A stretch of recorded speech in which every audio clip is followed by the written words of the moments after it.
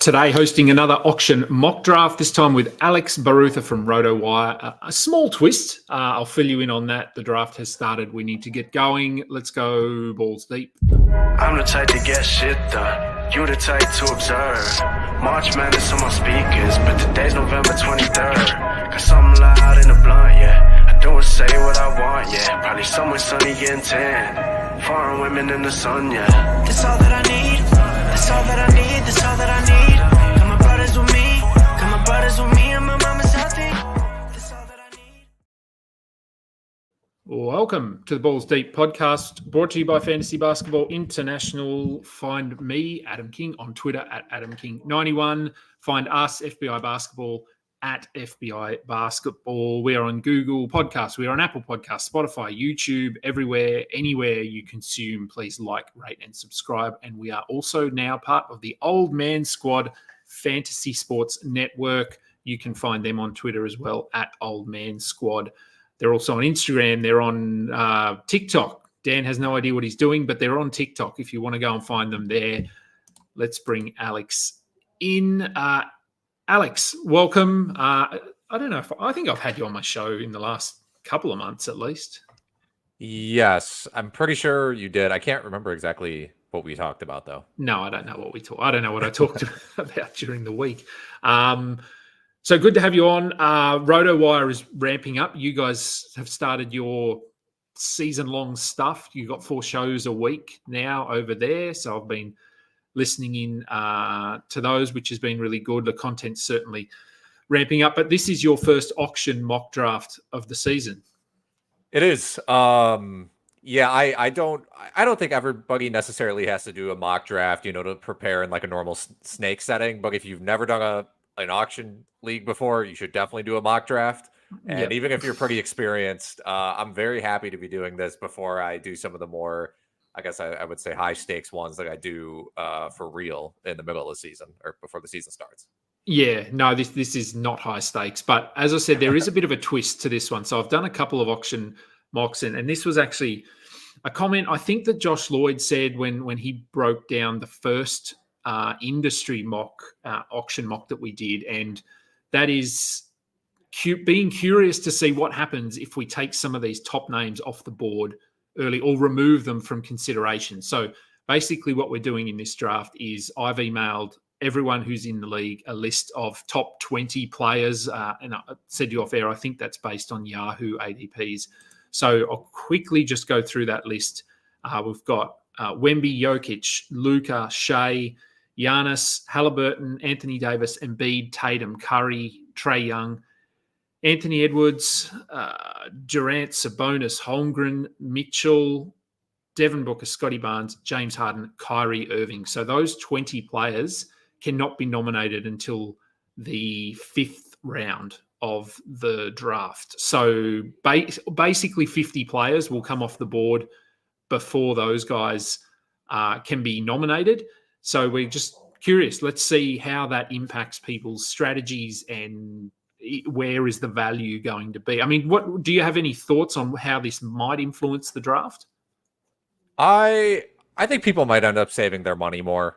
I think we may end up getting a more balanced draft. I don't really know what it'll necessarily do with the prices. It's hard to say. I mean, to be honest, I haven't been in what I consider to be very too many like normal mock drafts. Auction drafts. Most of the auction drafts I do are with RotoWire and not on Fantrax. Fantrax doesn't have like the average auction value in the player ranking system. If you play on ESPN, you play on Yahoo, a lot of those sites have like average auction value, and people pick based off of that.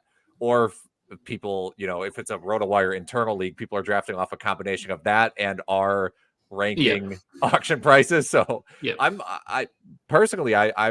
really interested to see how sort of everybody treats this when it's as nebulous as like a auction draft can be. Yeah, it is. It is a lot, and the value. I mean, it's one of the good things about doing an auction draft is the value really is set by the draft room. Like it's so.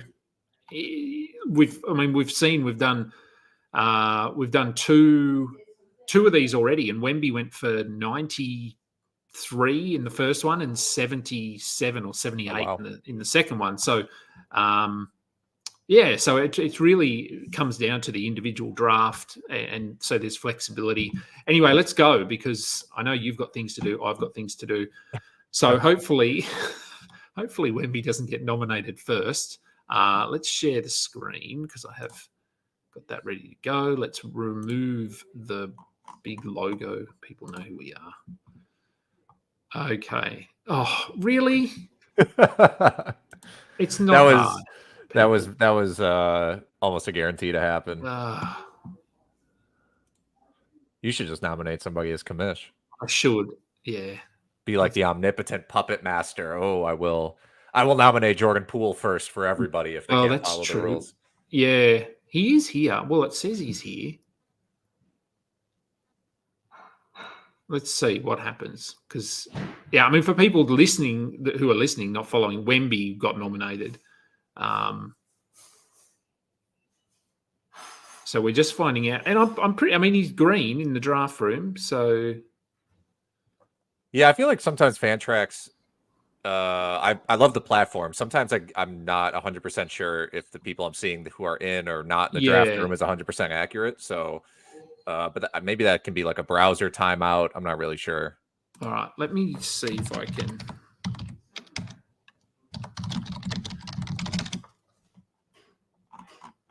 Just scrolling back up to see if he did actually say that he was here, because I asked everyone early to say. He's normally... he is here. Okay, he's here. Oh, but it's not him nominating. Oh, no, it is him. I don't know why it's asking him. Oh, maybe it's gone. Maybe it's skipped people. Okay, all right. Anyway, let's start it. Yeah, so maybe those first two people who nominated, because I undid it, it sort of skipped their nomination and has gone to the third person. So let's see if Deadly Ringer is here, apparently. So, and he nominates Wemby. How hard is it, people? You might just have to do it for this first one before people lock in. I'm just, yeah, okay, let me scroll down. Can I? Just grab a random name. I can. Yeah, I'm just seeing if I can nominate, can't I? I think you should be able to. I would imagine. Yeah, let me have a look. Nominate commissioner.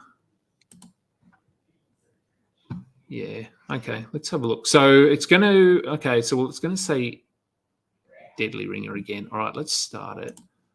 So it looks like I can. Yeah. Nice. All right. I'm nominating.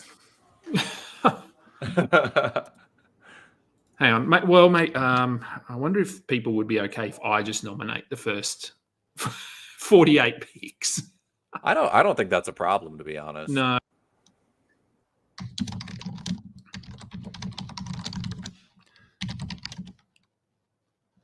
All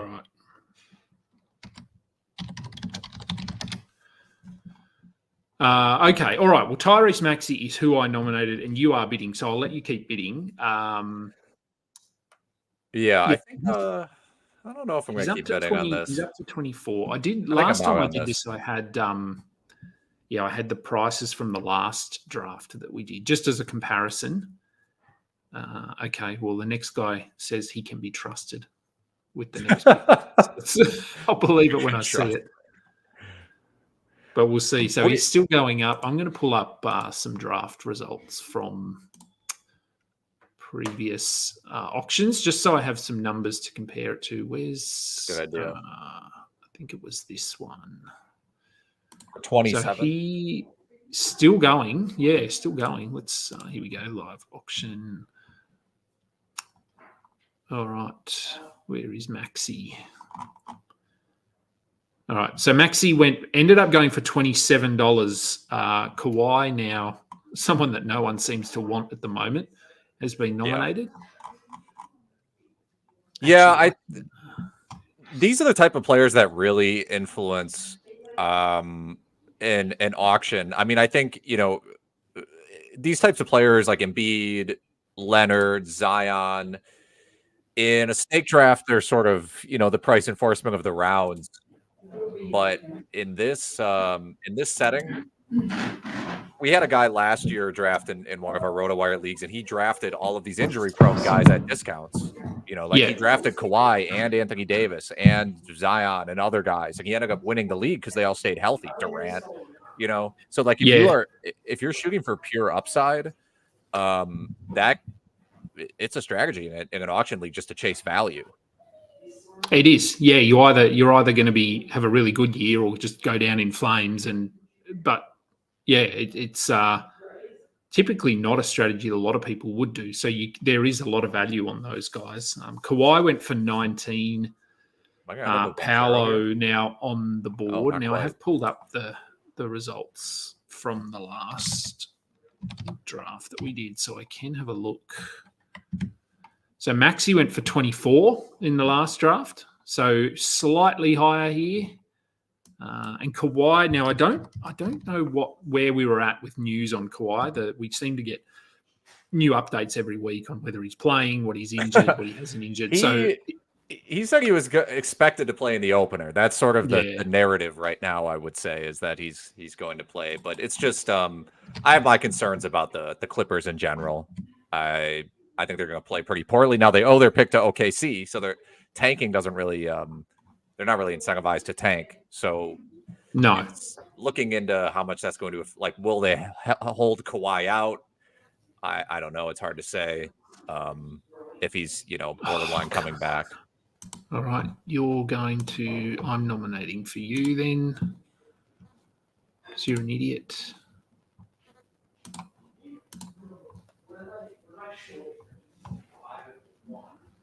Yeah, I'm just going to do that. Anyone that misses their nomination, I'm just going to undo it and nominate for them. Makes sense. Yeah. It's not, well, I didn't think it was a hard concept, but apparently it is for people. So, I mean, very small sample size. We've only had a few picks, but Paolo went for 22, Maxi for 27, which were both about $3 more than what they went for in that previous draft. So maybe it is going to be that those mid-round guys go for a little bit more, which could mean that the top 20 that we leave are available slightly cheaper. Jalen Williams is who I nominated, and he went for 27, so he's up to 34 already. So he is up above where he'd been going. And you were bidding, so you were up to 33, but you didn't want to go to 35. No, I have sort of a range I'm operating in. I like to build when I draft in auctions, I like to build a balanced team. Yeah. Especially this is about a standard size league. If it was shallower, I might do more stars and scrubs. If it was deeper, I might try to go even more balanced. But yeah, I mean, Jalen Williams is somebody I'm really high on this year. I think he could rank. I mean, if he ended up ranking 25th, 30th this year, that would not shock me at all. I think he should be the sort of primary favorite for most improved player. And with Josh Giddey leaving, I think he is the clear second option on OKC, and he could have a massive season. Yeah, I've always liked him, always thought he's been a good player, but there was, a lot of people compare, I think, just because of the timeline and the both named Jalen Johnson, Jalen Williams seem to pop up in discussions together a lot and seem to go generally in a sort of the similar range. But I actually have Williams now probably half a round higher at least than Jalen Johnson. Yeah, I think he'll be more of a playmaker for his team. Like they're going to do different things on the court. Yeah, but I would trust Jalen Williams more to handle the ball. And if SGA goes down, I think Jalen Williams' ceiling would be higher than Jalen Johnson's if Trae Young went down, relatively speaking. Yeah. All right. So Kuminga went to you for $18. So that's a little bit more than what he's been going for as well. But what are you sort of hoping for there with Kuminga? Kuminga is somebody I feel like there's a lot of paths for him to have a huge season. Whether or not that means the Warriors are good or not, that's a different question. I think he absolutely needs to be their second leading scorer. I don't really know how, like, if Curry's going to average 25 to 30 a game, who else on this roster is getting the other 20 points a game to like create a functional offense besides Jonathan Kuminga? I just don't trust Andrew Wiggins anymore. I like Pajemski, but that's not really his game necessarily. I'll throw a bit in here for Karl Anthony Towns. And if we're up the belief that like Steph Curry's old and injury prone and Draymond Green is old and injury prone, then there's going to be probably more than a handful of nights where it's just up to Jonathan Kuminga and some other role players on the roster. So getting him at $18, I'm fine with. It is funny that it's only one less dollar than Kawhi Leonard went for. It is. So that's sort of the funniness of what can happen in an auction. So we had Giddy. Giddy went for $23. Karl Anthony Towns, you were in on him at 33, but then Don Chich, your roster, bid 39. I don't know. I guess he just wanted him, so he took that bidding up to $39. So I mean, again, so far what I'm seeing is that these mid-round guys are going higher than what we've seen. So this would indicate that there's potentially going to be some value. I don't think there'll be a lot of value on Wemby, Jokic. Like those guys, I think are going to be set at their price. The value will come on guys like Kevin Durant, Chet Holmgren, maybe those sort of guys that are in the discussion as a back end first rounder or somewhere in the second round. I'm just going to post this list in here again, just so that people can see the list. So Ja Morant went for $30. Mm-hmm. What's he been going for? Yeah, so he went for 16 in the last draft, and De'Aaron Fox now on the board. I mean, I know Morant is not like Morant has flaws in his fantasy game. Like subpar free throw, 3-point shooter, doesn't really get any steals, right? So in a roto setting, I feel like Morant, that's where he's his least valuable. But if you're playing in a head-to-head and you're punting, like if you're a person who's targeting assists, for example, and just like general guard stats, like Morant's way more valuable than his roto rank would tell you. And if you're in a points league, obviously he's going to be a monster there. So I can't. The fact that he went for $16 in the last mock is kind of crazy to me, unless it is a roto league. Even then, it wasn't. It was. I think he just. I can't remember when he was bid. Actually, does it? It probably tells me in this. Was he nominated late? He was nominated 54th. So sort of the beginning of the middle, I suppose, of the draft. Right. So Cade Cunningham, you're not in on him by the looks of things. I like Cade. I'm gonna pass on this particular bidding. It's just I was pretty certain he would go over $30, and that's kind of my cap for now.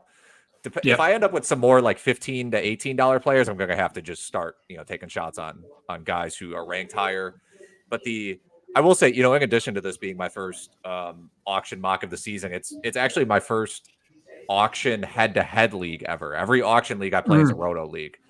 So for me, auction leagues have always just been about like general value. Do I feel like I'm getting good value on this guy? Am I higher or lower, just generally speaking, on a player? But now I got to take that into account with like, how am I building my roster? And so I got to be a little more, I guess, picky and choosy with what I do.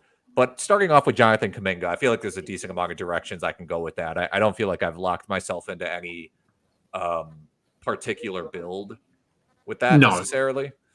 Not like if I drafted Giannis or if I drafted someone else who is very extreme in terms of what they can and can't do.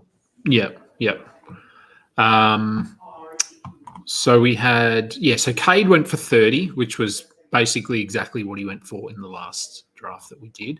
Şengün was nominated and went for $33. Where is he in that last draft? Oh, come on. We have we got Deadly Ringer has 3 players already. Coming out hot in the auctions. Got Morant, Banchero, and Şengün already, which I love. That's a fantastic, that's a really fun team. A lot of upside there. Yeah. Yeah.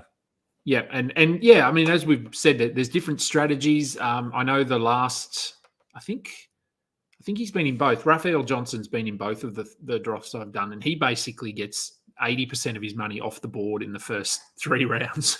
He Sure. goes really top heavy. Dan Titus did that as well, whereas I know Josh goes balanced like you, and I know you go balanced as well. I knew that coming in that you prefer a balanced attack rather than spending $70 on one player. Right. And that does take some you can get like I actually think the strategy itself is the safest way to go, just in terms of like it's a injury risk mitigation thing, because you're, at the end of the day, we're talking about like total numbers across a week or something like that. But the executing the strategy in the draft is risky. It can be if you're not that experienced with it, just because it is really easy to accidentally not spend any of your money. Yeah. And then you're sitting there with $47 and the best player on the board is like a $28 player. And you're like, I technically control the draft room, but I've lost so much potential value. So when I play balanced, I mostly am trying to draft balanced across my starters. And I almost leave my entire bench to be like $1 to $5 players. Yeah. Just to sort of take away the actual drafting risk, I guess I would say. Yeah, and we saw that in the last one that I did. We actually had I can't remember who it was, but they had like $28 left with one player, and we drafted 120 players, and there's no one on the board. So I think he bid like $17 for, it was for someone he wanted, so he bid 17, and no one else could even bid more than about $5. So people, you don't want to leave a draft with a ton of money on the board. I'd rather overpay for a couple of players and then just backfill your roster with dollar players than sort of be too cautious. I feel like you should take the same mentality as you would in a snake draft, which is like, I want to take relatively safe players with my starters or as my starters, and then in the final 2 to 4 rounds, I can really just start shooting for upside, because worst case scenario, I drop these guys and I stream the spot. Or after a week or two, there's like some really obvious waiver pickup, and if I'm in a league with a fab budget, I can just go crazy and fab and make sure I get somebody. And so I think you can take the same approach to an auction league. Yeah. All right. I'm just going to run through some names here. So Lauri Markkanen, I nominated him. He went for $28. Julius Randle went for $18. Jimmy Butler went for $23. Damian Lillard on the board now, and your name was in there. Mm-hmm. So you made a couple of bids for him. He ends up going for $31. I know you're a Bucks fan, so you're hoping for a good season from Dame. I have relative optimism for the Bucks in general, and Dame and even Middleton, who is like extremely available at the end of drafts, and probably even more so now that it's possible we're now 100% sure he's going to be ready to start the season, or at least may not be playing 30 minutes per game to start the season. But yeah, I mean, I for reference, the way I'm approaching this draft, and I think in most standard auction leagues, is I think sort of where rankings and dollars align is around the 30 range. I feel like a guy being drafted around pick 30 in leagues is worth about $30. Yeah. And so like, would I have taken Lillard at $30, and just hope that he would have been a top 30 player? Like, absolutely. Yeah. Yep. Yeah, and he will be. I'm fairly confident. I mean, last year, if you ask most people, they would consider that a down year for Dame. Like, I don't think he was at his best. He was sort of aligning himself with a new offense, new team. But he still ended up, I'm sure he ended up inside the top 30 last year. I don't have the ranks in front of me, but I think he did. Yeah, I think so. I forgot to nominate somebody. It would have been Wemby. I would have had to nominate got for on your you. bad side, So Dane went for 31. Pascal Siakam went for 23. And you nominated Onyeka Okongwu. So he's sort of someone that's been able to be nominated a bit later, and you can get him at a good value. So coming off the board at, what are we at, about 30, I think. Pick 30, 31. Let's see if he goes for a bit more. Do you think he starts? Are you in the Okongwu starting boat? I don't know if he'll start. I just, because it's one of those things where I don't know. I mean, I don't know much about Clint Capella. I feel like Capella is not some guy who's like out there with his personality necessarily. I just don't know if it's worth it for the coaching staff at Atlanta to like rock the boat by pulling Capella when you could basically achieve the same thing by playing them each 24 minutes a game and just bring a Okongwu off that, like just pull Capella 6 minutes into the first quarter and just bring a Okongwu in. So yeah, it's whether he starts or not, I don't really care that much. And Capella's been fairly injury prone and he's older now. So I feel like, every year that we keep saying, oh, this could be the year for Okongwu, every year we keep saying that, it gets more likely, right? So we have to be right at some point eventually. Yeah, exactly. And I mean, one of the issues for the Hawks and for both of them is neither of them can stretch the floor. So it's tough to play them together. Okongwu is probably going to try and add a 3-point shot. He should. He shoots threes. Does he occasionally? I'm sure. Last year he started taking. I think he started taking them after the All-Star break. Yeah. And he should, because I mean he's a great free throw shooter. That's been a huge part of his like fantasy appeal.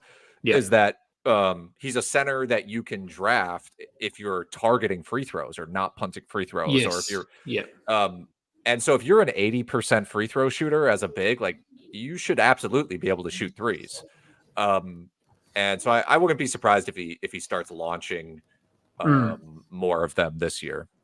Yeah, because that's been a bit of a hurdle, I suppose. Is there? It's tough to play them together because they both play inside. But if he can develop it doesn't even have to be a reliable 3-point shot, but just good enough that he warrants defensive attention. So players having to at least guard him on the perimeter. But yeah, we'll see. We'll see what happens. He went for $10, which I still think is pretty good value. Jordan Poole went for $15. LaMelo Ball went for $41. Now I know you're relatively high on LaMelo this year, as am I. You bid 30. So I mean, you said just before top 30 player, $30. LaMelo for me is still a top 15 kind of player. And he went for 41. So were you considering going that high to get him, or that's sort of just out of your budget a little bit? I mean, I think he's absolutely worth that. I just am trying to be, you got to restrain yourself sometimes in an auction, and I am trying to build a balanced team. So I don't really want to go. I didn't feel like going that high for a particular player, but I do think $41 is a fair, if not a great price actually for LaMelo. So Zion just went for $23, which I think is a good price for Zion. So we'll just have a look at some of the teams here. As you said, we've got there's obviously a couple of managers that are holding out for this fifth round to start because they haven't got anyone on their roster. We've got 3 teams with no players. One team with 3 teams with 1 player. So yes, we've got a bit of a mixture here going on. We've got, I think, teams that are just trying to grab these mid-range guys for good value, and then they'll just let people bid away when the big names come off the board. You So you've got Siakam and Kuminga. So Yeah. still, I would say not locked into a strategy. Well, I might be in 1 second here if I end up with Jalen Johnson. You might be. Yeah, let's have a look. So Zion, as I said, went for 23. Jalen Johnson up to 29. He's out of my. I'm gonna let Deadly Ringer have him. Yeah, he's gonna have 4 players now. Yeah, which is, I mean, I love his team. I gotta keep saying this. Like, he's basically just doing like a. I don't want to say he's doing a points league team, but he's basically like punting defense with his team. Which works. Yeah.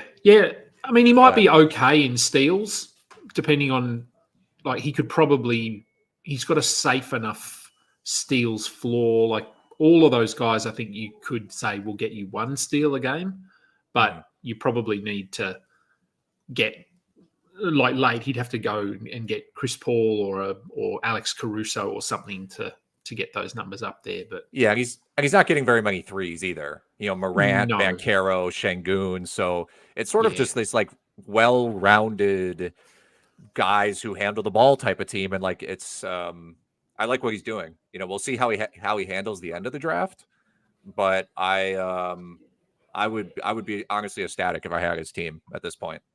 Instead, I have you asked me before. I have Kuminga and Pascal Siakam right now. You know, am I locked into a strategy? I'm approaching being locked into a strategy, which would end up being like sort of playmaking guards / forwards, or playmaking forwards, I should say. Yeah.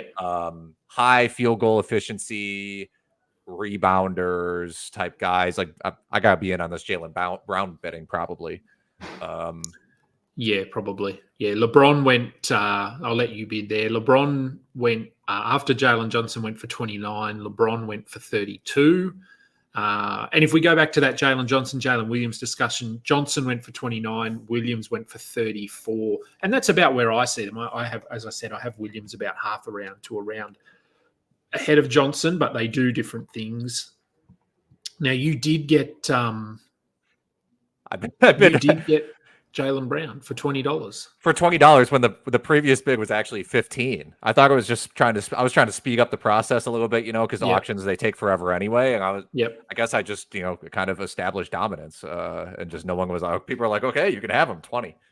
And 20 feels about right. I think that's a good price for Jaylen Brown. He went for 18 in the last draft, so he's not that top 30 player, but he could certainly be top 40 best case.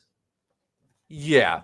I mean, he has flaws in his free throw percentage is not great, but he's an efficient shooter. And with Porzingis out, I mean, I think Brown is a guy who's going to end up actually taking on more usage, because that's what we saw last season. At least when Porzingis was out, it was a lot more Jaylen Brown. And maybe Finals MVP. They'll give him some confidence coming into this season. So he went for 20. Emmanuel quickly went right after him for 24. So there's a direct comparison. Who would you rather? I think I would rather. That's tough to say. To me, it's really build dependent, because I love Quickly's upside. I've really liked Emmanuel Quickly for a long time. I just don't know if he can get to, like, can he be a top 30 player? I'm not sure. Jaylen Brown can be a top 30 player. Some of it depends on, like, is he going to actually end up ever being a better passer, and is he going to decide to shoot good free throws for a particular season? But the upside play would be Quickly. But I'm fine with having Brown. Yep. Dyson Daniels goes for $8, so that's definitely a lot higher than we've seen him going in other auction mock drafts. Now I know, I mean, I'm arguably the highest on Dyson this year. He's really good. I really like Dyson Daniels. So, do you think he starts? No, I don't. You don't. I do, and I think I'm the only one. I'm both high on him and don't think he'll start. But I will say, I mean, they do like to bring Bogdanović off the bench, and I think that makes a lot of sense. The question is, like, would they rather have Bogdanović off the bench or Daniels off the bench, or both somehow? But he's obviously a really talented defender, arguably like a top tier defender, good playmaker. His shooting needs work, but he's sort of like a, you know, I wouldn't be surprised if he ended up with like sort of a Josh Giddey type fantasy profile if he were to somehow see 30 minutes a game. Maybe not the scoring upside that Giddey has, which is funny to say because Giddy's not like a scorer, but yeah, he's interesting. I mean, we just haven't seen enough yet to know what he looks like in a consistent 30-minute role. So, but the defense is definitely there. He's a good rebounder as well from the guard position, and yeah, so I guess we'll find out this year what they want to do with him. So yeah, he went for 8.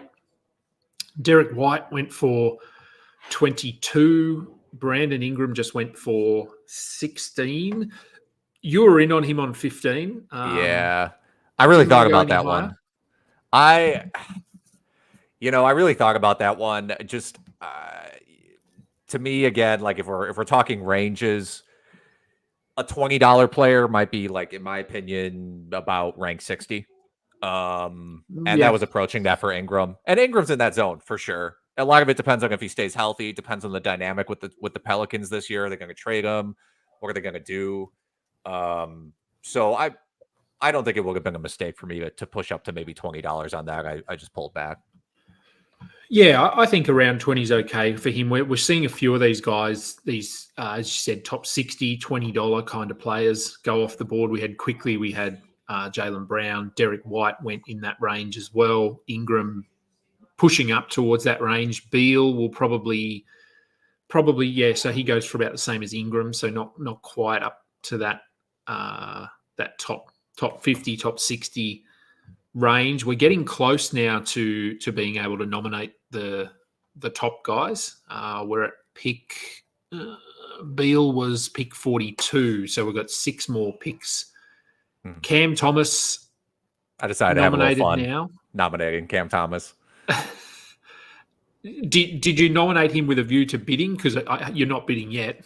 No, I was just scrolling through the names, and I'm like, I only have 15 seconds. I'm just going to look for a name that sort of, invokes something. And I'm like, people will get excited about this. So yes, we'll see where this goes.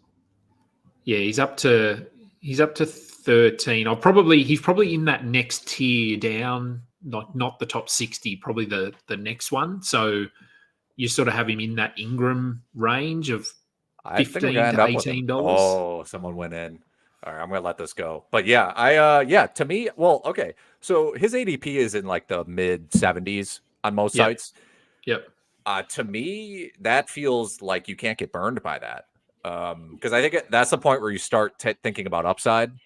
And I think he was ranked 115 per game, 8 cat across the whole season last year. And it's like, he's got to at least be top 100 this year. And I mean, I wouldn't be shocked if he ended up as like the 45th ranked player. So to me, he's the exact type of player that should be drafted in like the 75 range, but with upside to be way higher. So I think it's a can't lose at pick 75 in most drafts. Yeah. And he's, as long as he's on the court, he's going to try to lead the league in scoring. So yeah, exactly. And so he went for 16, which I think is perfectly fine. Brandon Miller goes for 17 to you. So another a lot of purple. If people are watching along and are scrolling through your team, a lot of purple players. So a lot of forward eligible players.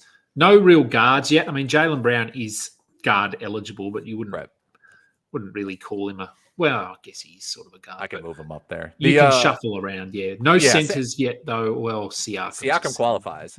That's the thing. That's why I always preach like position eligibility is huge in fantasy, because I can build a head-to-head team that's like really forward stat heavy, but I can still get my guards, I can still get my centers, and it just gives you more flexibility when injuries come about. So yeah, when you can, look for those multi-position guys. I can't say I've been 100% focusing on that in this draft. And the Miller thing, I was kind of just price enforcing a little bit. I was almost auto bidding, but I'm fine with getting him at 17.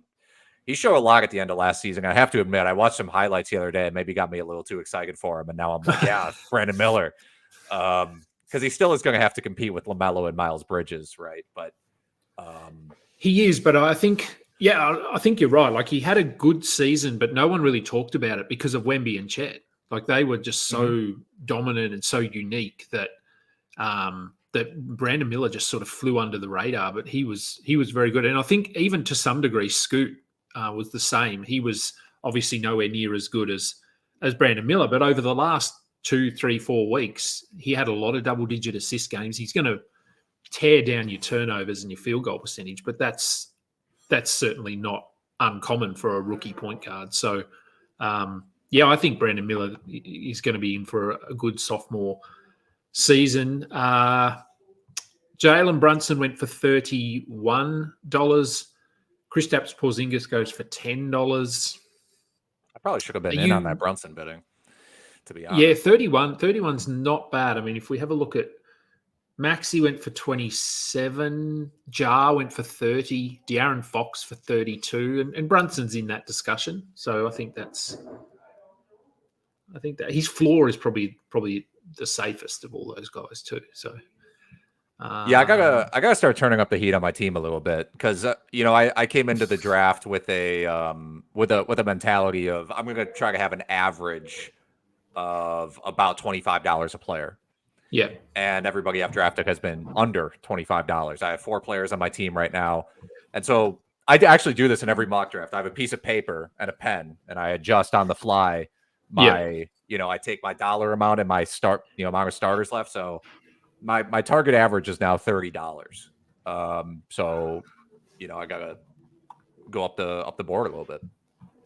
So we had Jalen Duren goes for $21. I like that a lot. Which I think that's fine. He's certainly not much of a sleeper anymore. No, and I think people there hasn't been a lot of discussion about like how at the very beginning of the season he started off really hot and then got injured, and then started playing reduced minutes, and he wasn't playing very well. And then at the end of the year, he also didn't see a lot of time. And look, if you take those games where he was playing a full workload and he was healthy and the Pistons weren't being blown out, he was amazing.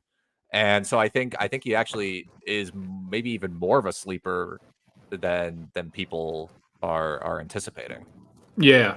No, I think he's really good. I think, and I'm hoping that I've sort of said that I liked some of the moves Detroit made finally in the offseason. They didn't really take any steps back. I think they actually moved forward. So I'm hoping that Cade's healthy, Duren's healthy, Tobias can bring a nice veteran sort of calming presence to the team. So hoping that all of that put together means that Duren and Cade are both going to play 65 games and want to be out there. Yeah, I mean, the Tobias Harris signing, like, in some ways it's annoying because you're like, can we just let the young guys play? But at some point, you do need to just build a functional basketball team around your young players. Like, how is, Jalen Duren's running pick and rolls, and he's trying to roll to the rim, and everybody in the other team is collapsing because they know nobody can shoot threes. Yeah. And so then Duren can't get the ball.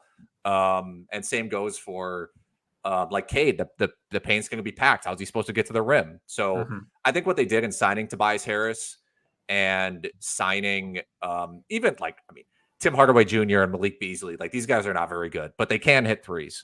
Yeah, that's right. I think that matters a lot, actually, for what they're trying to build, and I do like those moves.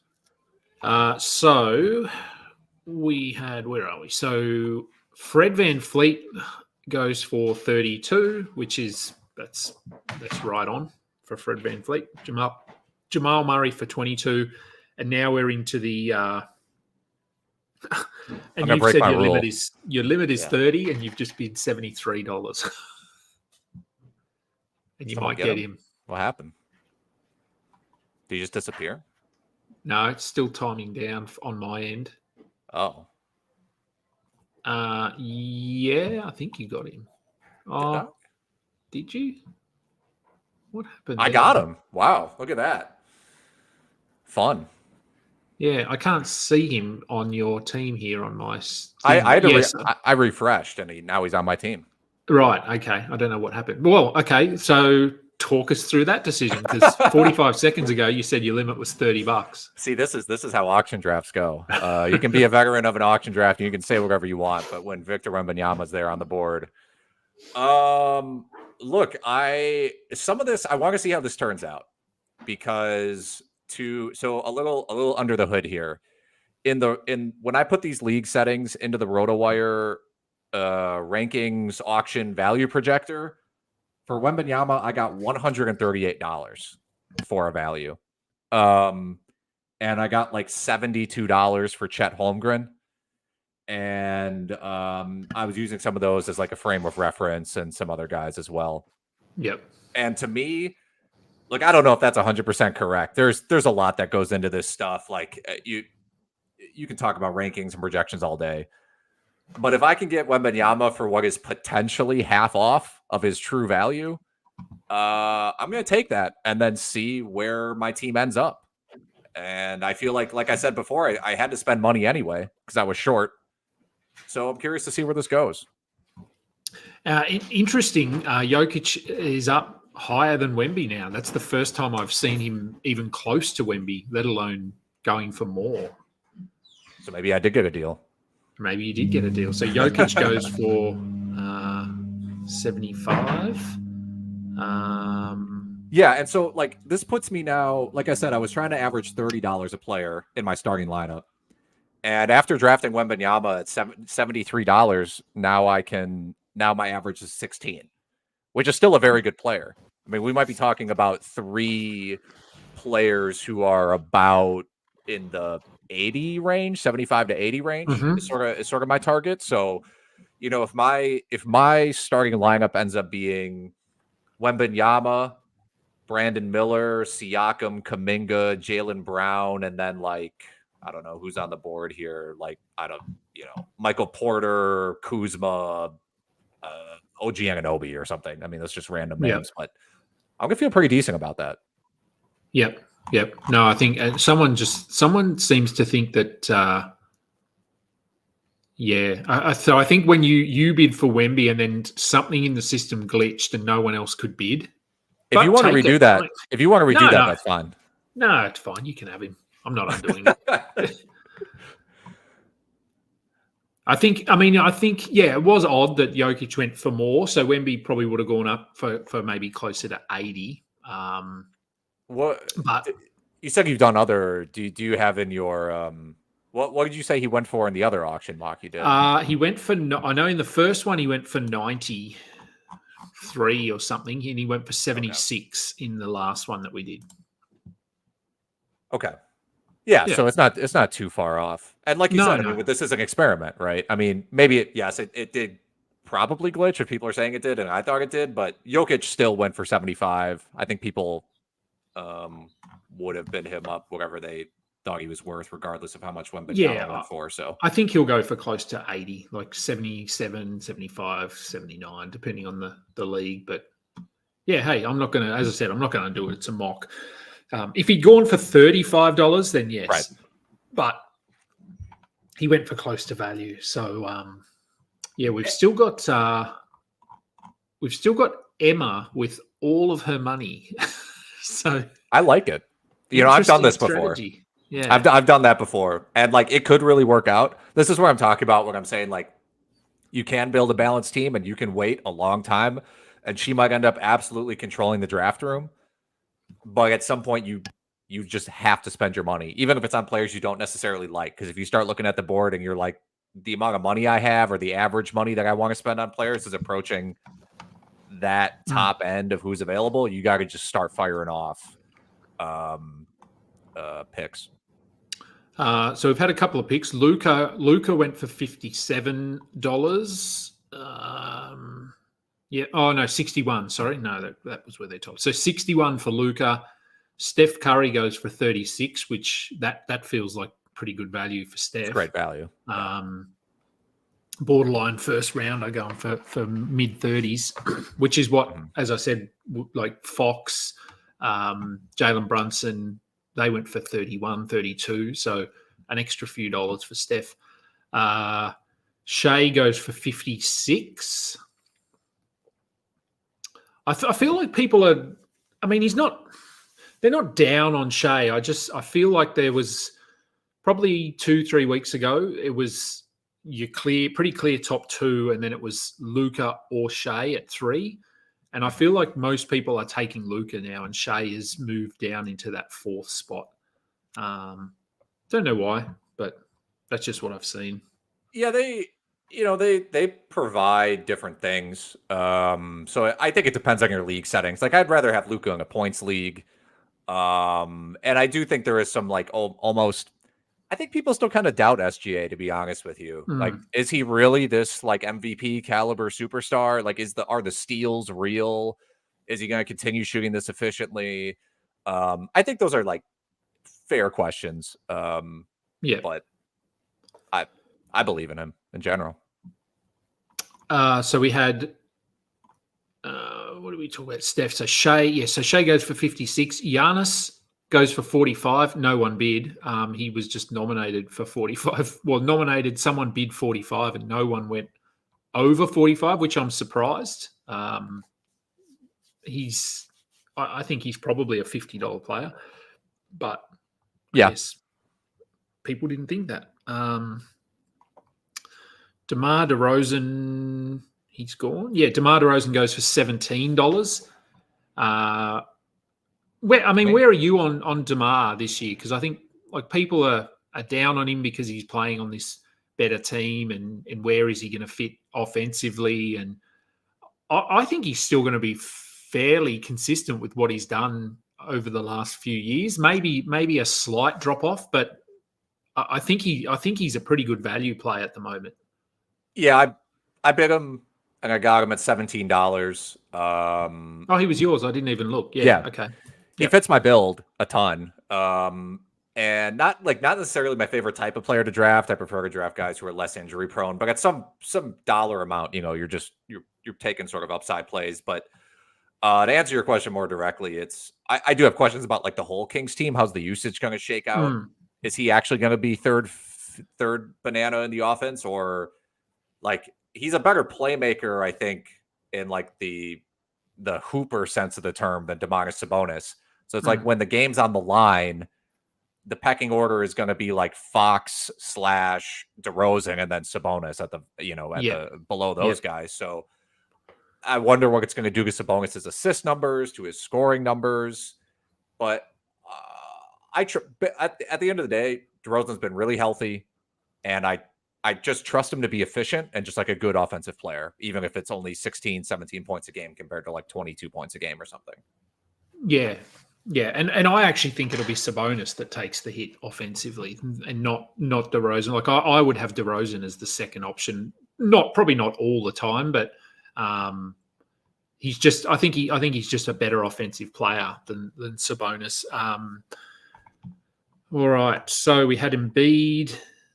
Embiid went for 37, which someone popped in the chat here, less than what Cat went for, that's interesting. Like I know Cat's trajectory is obviously on the way up because of the trade and what people think he's going to do. And Embiid's he's a no-go zone for a lot of people, but that's still, I don't know. Are you surprised? I'm surprised that he went for 37. I would have thought he'd go for at least 40, if not 45. Yeah, I do think the auction people, players who are injury prone get bid for less than sort of like what they're relatively speaking compared to like a snake draft. Yeah. And I think people are just like so out on Embiid in terms of like they just do not believe he can play 60 games. And he was talking about like, hey, I may not play as many minutes this year. There might be more resting.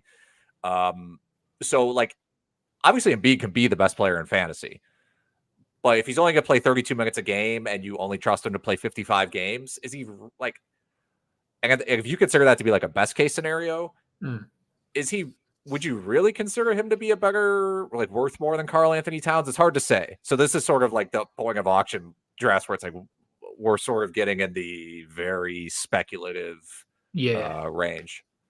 Yeah. And I think obviously that we've sort of talked about once you get past that top four players and once you need to start considering both Embiid and Anthony Davis, who would you prefer? They both have injury risk. Like for me, it's Anthony Davis every day of the week. And that's purely because his injuries that he gets are often different. Like he hasn't had an ongoing knee concern where Joel Embiid has had the same knee, the same injury, the same surgery. Yep. So that's my logic behind it. Whether that's correct, I don't know. But I have no issues taking Anthony Davis ahead of Embiid, and I'm not going to get Embiid this year because I don't want him in the first round. But again, that's just personal choice. And Anthony Davis went for $48, so he went for $10 more, and I think 48 is a good price for Anthony Davis. Emma finally got her first player, Trae Young, at $38, and I think she's in the bidding here for Tyrese Halliburton. So I'm interested to see how this turns out. I love that price for Trae. 38's great. I think he can be like the 8th best player in fantasy. I've drafted him at 8th in other mocks. So it's a strong pick. Yeah, no, I've taken him around that 8-9 pick as well. Anthony Edwards goes for 36. 38. So he went for the same price as Trae Young. Tyrese now up to 45, and he goes for 45, that's a decent price for him as well. I think so. Yeah, look, I think we probably have seen what I sort of mentioned at the top, where some of those mid-round guys went for slightly more than we've seen, which has meant that not Wemby and Jokic, but once you get down into that, sort of end of the first round guys like Trae, be interesting to see what Harden goes for when he's nominated. I can't even remember who were some of the players that Scotty Barnes, Devin Booker, Chet Holmgren, Sabonis. So we've still got quite a few of these guys to come off the board. Jason Tatum, Kyrie Irving. So there could be some value there for teams that have money left to spend, which is Emma, and Heat Lifer only has 2 players. You're up to 6, I think. Yeah, I'm gonna end up with Wagner here. It looks like I went over my budget for him too. Another auction snafu. So you've got 7 players now. So you've got 5. So our starting rosters are 8. So we've got 8 starters, 4 bench. So you've basically filled out your starting lineup.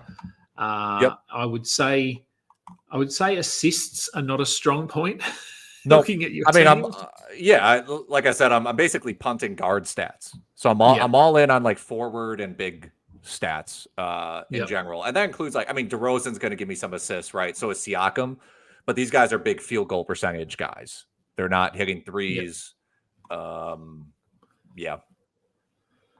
I think so I think that's your strategy there. I'm just having a look at what teams we've got here. The only thing not that I don't like it, but whether you prefer Yahoo or Fantrax, I like in Yahoo that you can, it's based on their projections, obviously, but you can have a look at projected standings and things like that. So you can quickly have a look at, I'm dead last in this category.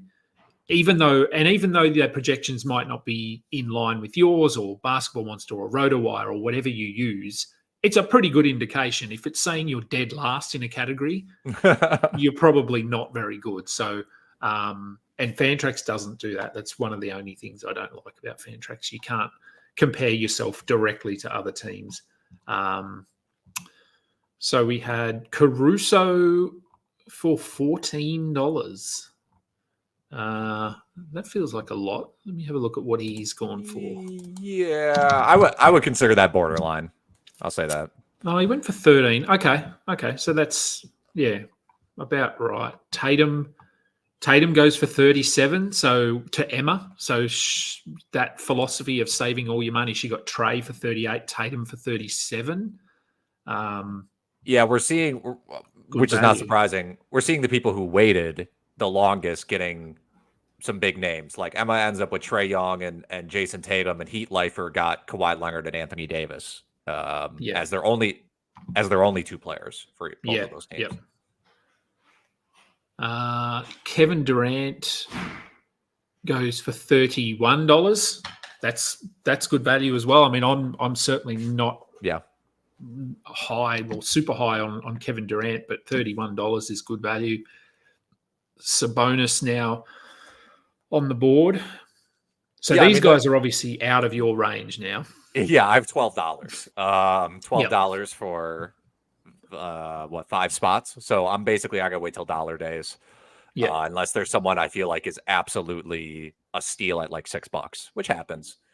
But yeah, it's like we're saying, if you're a drafter who like really believes that these injury prone guys are sort of being undervalued, or you're shooting for pure upside, these guys are going to be available for you like at relatively cheap prices, and you can build a team that that works like that. Who am I gonna nominate here? I don't know. Let's try this. Mark Williams. See what people think about that. What do you think about that? I think that if I can get him for like $5, that it's probably a decent value, but we'll see. I may end up with him at $7 here, and then I'm stuck with dollar players. Nope, out of my range now. Yeah, I mean, okay. I just don't trust Charlotte's injury reporting. Obviously, like they listed him doubtful for 62 straight games last year. The odds of that are based on a 25% mark for doubtful are like 1 in 52 million. I did the math for the article the other day. And now he has a foot strain, and they're like, well, we'll reevaluate him in 2 weeks. It's like, what does that even mean? Like really? So, yeah. But I do think if he stays healthy and he plays his 28 to 30 minutes a game, that he can be, definitely a top 60 guy. Yeah. He absolutely can. I mean, I think purely ceiling per game numbers, I'd have him in the discussion with Jalen Duren. Like, I think they can both be top 40 kind of players, but obviously just that injury history and the fact he plays for Charlotte drags him way down. I do wonder if we're going to see, if this will be the year that we see Charlotte list their team as doubtful and they might just not turn up for a game. It's possible. Is that an option? I don't know. Based on what we've seen from them, absolutely it is an option. Yeah. So Mark Williams went for 14, and what Duren went for about 20 or something, didn't he? 19, 21. So that's about right. I think similar upside, but Duren is a lot safer. His floor. Claxton goes for $15. Yeah, I'm not sure what to think about Claxton this year. I think that's fine though, 15. Yeah, I'm fine with that. I don't know how much they're going to try to get him, how much more they're going to try to get Claxton to do. How much more involved can Claxton be in the offense compared to basically just being like a lob threat? He showed like off a little bit of passing last year. I'm interested. Maybe they'll do that a little bit more. I find myself just like generally speaking lower on Claxton than I think a lot of people. Yeah. But he fits the mold of like a lot of those centers that just go in like the 60 to 80 range. Yeah. And I think he's fine to draft there, or fine to draft, pay $15 for him in an auction. Yeah. Yeah. I'd love to see, well, no, I mean, you never want to see anyone get injured, but I'd like to see Dayron Sharp given more minutes consistently for like, even if it's just for 3 weeks, let him start and play 30 minutes and just see what he can do. Because I think both he and Noah Clowney are pretty intriguing. I really like Clowney. Clowney was a guy I liked as a rookie. It was kind of disappointing he didn't get his more minutes, but he was pretty raw last year. I actually saw him in person. I went to a Bucks game and saw him play a little bit. Yeah. And he was very raw for sure. Okay. But yeah, Sharp, such a dominant offensive rebounder. I have a soft spot for offensive rebounders, Reggie Evans type players. So yeah, I would like Sharp to get some more time. So we had Claxton for 15. Donovan Mitchell goes for 35. I think 35. Rudy Gobert, another one of these like Claxton, no, not Duren as much, but Walker Kessler, Jarrett Allen players who are high field goal, high blocks, high rebounds, but not much else. So based on what we've seen, Gobert will probably go for around 15, maybe up to 20. I'd have, I mean, if you had to pick between Duren and Gobert, would you have a clear preference? Maybe not a clear preference, but I would rather have Duren, I would say, in a vacuum. I just because I think the he is a bad defender. He's not a good defender, but he is a way more polished offensive player than Gobert. And the key is like Gobert's not going to get any better. And Duran, if he can get better just as a defender, like if he can give up to 1.2 blocks or something, that's going to way unlock his fantasy game, and he could just shoot way up draft boards. Nothing like that is going to happen for Rudy Gobert. No. And I think that's possible for Duran. I mean, he's only 20, or I know. He's still very young. He's younger than some rookies, so he still definitely has time on his side. And it's not like you can say that he's played a consistent role for a consistent team in his first 2 years. It's been very sporadic injuries. The lineup around him has changed consistently. So I think a good season, as I said, with him and Cade and Tobias Harris and those guys, I think we'll see a lot of improvement across these Detroit players. So Gobert goes for 17. So yeah, in that range that you talked about. James Harden now on the board. How high do you have him now? Like, do you have him in the discussion as a first rounder again? Yeah, I would put him in the discussion. If you're on the turn, I think you should think about it, because your other options in that range have their own problems. Like, I think people should consider drafting LaMelo at the turn, but they're going to say he's injury prone, and people like you could consider Durant at the turn, also injury prone. Maybe you like Donovan Mitchell is there too, but is he going to, if his steals decrease back to more of his career numbers, I don't think he's a first round player anymore. And there's a lot of factors that go into that. But I think if you're talking upside, like Clippers lose Paul George, obviously Kawhi's injury prone. Everybody they added is a low usage role player. There are going to be plenty of situations where Harden is going to be out there and it's going to look like the Houston Rockets team around him, where it's just like they absolutely need him to create every source of points. Is he that player anymore? I don't know, but he didn't even play. Like, he was down to like 18 points a game last year or something like that. Yeah, he still had a pretty good fantasy season. Like, I think he's still ranked about 25th per game. So even like a quote unquote bad version of James Harden is still like a really good fantasy asset. Yeah. No, I think he'll be really good. Emma, her team is awesome. I love her team. I gotta be honest. Targeting of like players in the range of what, I mean, they're all in the bucket of like 9 to 14. She's picked. It's as though she's picking on the turn twice. Trae Young, Donovan Mitchell, Jason Tatum, James Harden, all for mid-30s. I mean, she's got 4 more starting spots to fill out, but she could, in theory, fill those with about $10 players, which probably players, I would say maybe in like the, I don't know, 70-ish range, 70 to 80-ish range. And I think if your top 3 are Trae Young, Donovan Mitchell, Jason Tatum, James Harden, you are going to get some weeks where all of those players are putting up basically top 5 fantasy numbers. There's no other way around it. So no, she's obviously got no size yet. So keep an eye on her team and see whether she really leans into this build, or whether she now goes, okay, now I need some blocks and rebounds and big men. And she might look at, I mean, just scrolling down, Chet is still there, but Evan Mobley, Bam, Jaren Jackson, and then you get down into DeAndre Ayton, Isaiah Hartenstein. Turner goes for 15. Miles Turner goes for 15. Scotty Barnes went for 29. I think that's a steal. Scotty Barnes at 29. Yeah, I just drafted him actually in a slow draft that I'm doing. I took him in the second round. I think it's a deep league. Hang on, I've got so many leagues. He's a guy I wouldn't even mind taking him at the turn if you're feeling a little crazy. Oh no, maybe it is only a 12 team. Oh no, yeah, no, you could, yeah, no, certainly. I took him. It is only a 12 team league. I don't know why I thought it was deeper. And I had the 8th pick, so I took Anthony Davis and then Scotty Barnes, coming back. And I think it's third round reversal. So I considered LaMelo, but I'm going to lean into a different build, which LaMelo doesn't necessarily fit.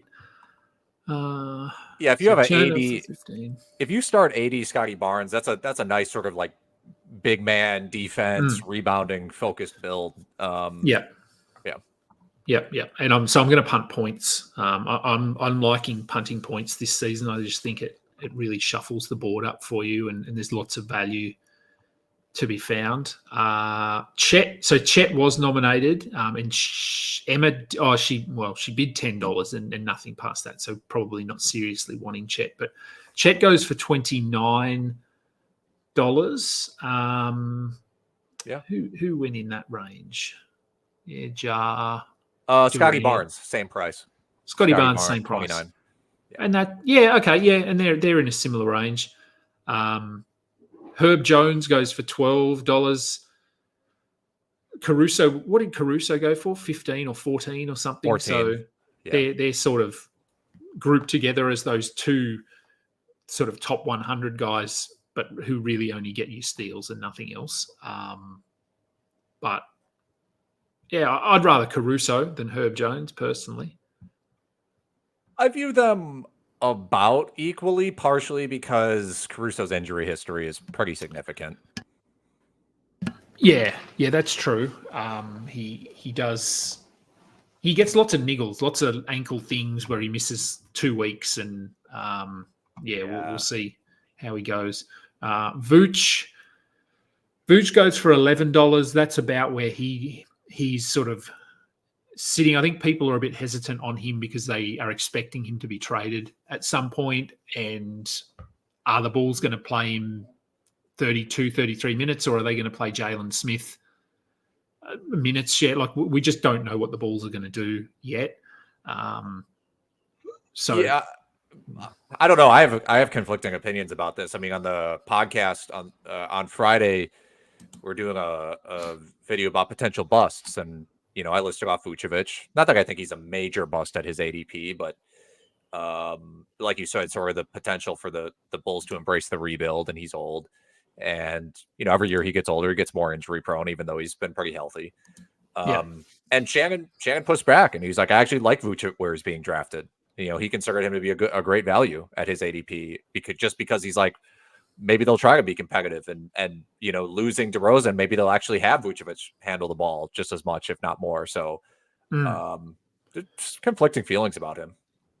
Yeah. I think he is one of those who, it could go one of two ways. It could be really good value because we know he doesn't really have to do much to be a top 50 player. He just does his normal thing, double, hits his free throws. He gives you 1.5 threes a game. And it's, player value, like, as we talk about in head-to-head leagues, if you're doing a punt build, and you're targeting, if you're doing a more guard-focused build and you're targeting threes and free throw percentage, not that many centers out there for you that are going to be hitting threes and good free throw percentage, and you don't care that much about blocks in theory in that build. I'm just going to nominate someone random here. Yeah, you nominate. And so Vucevic, for that kind of build, like if you can get him at 70 or something, he has more value to you than he does a lot of other people. Yeah.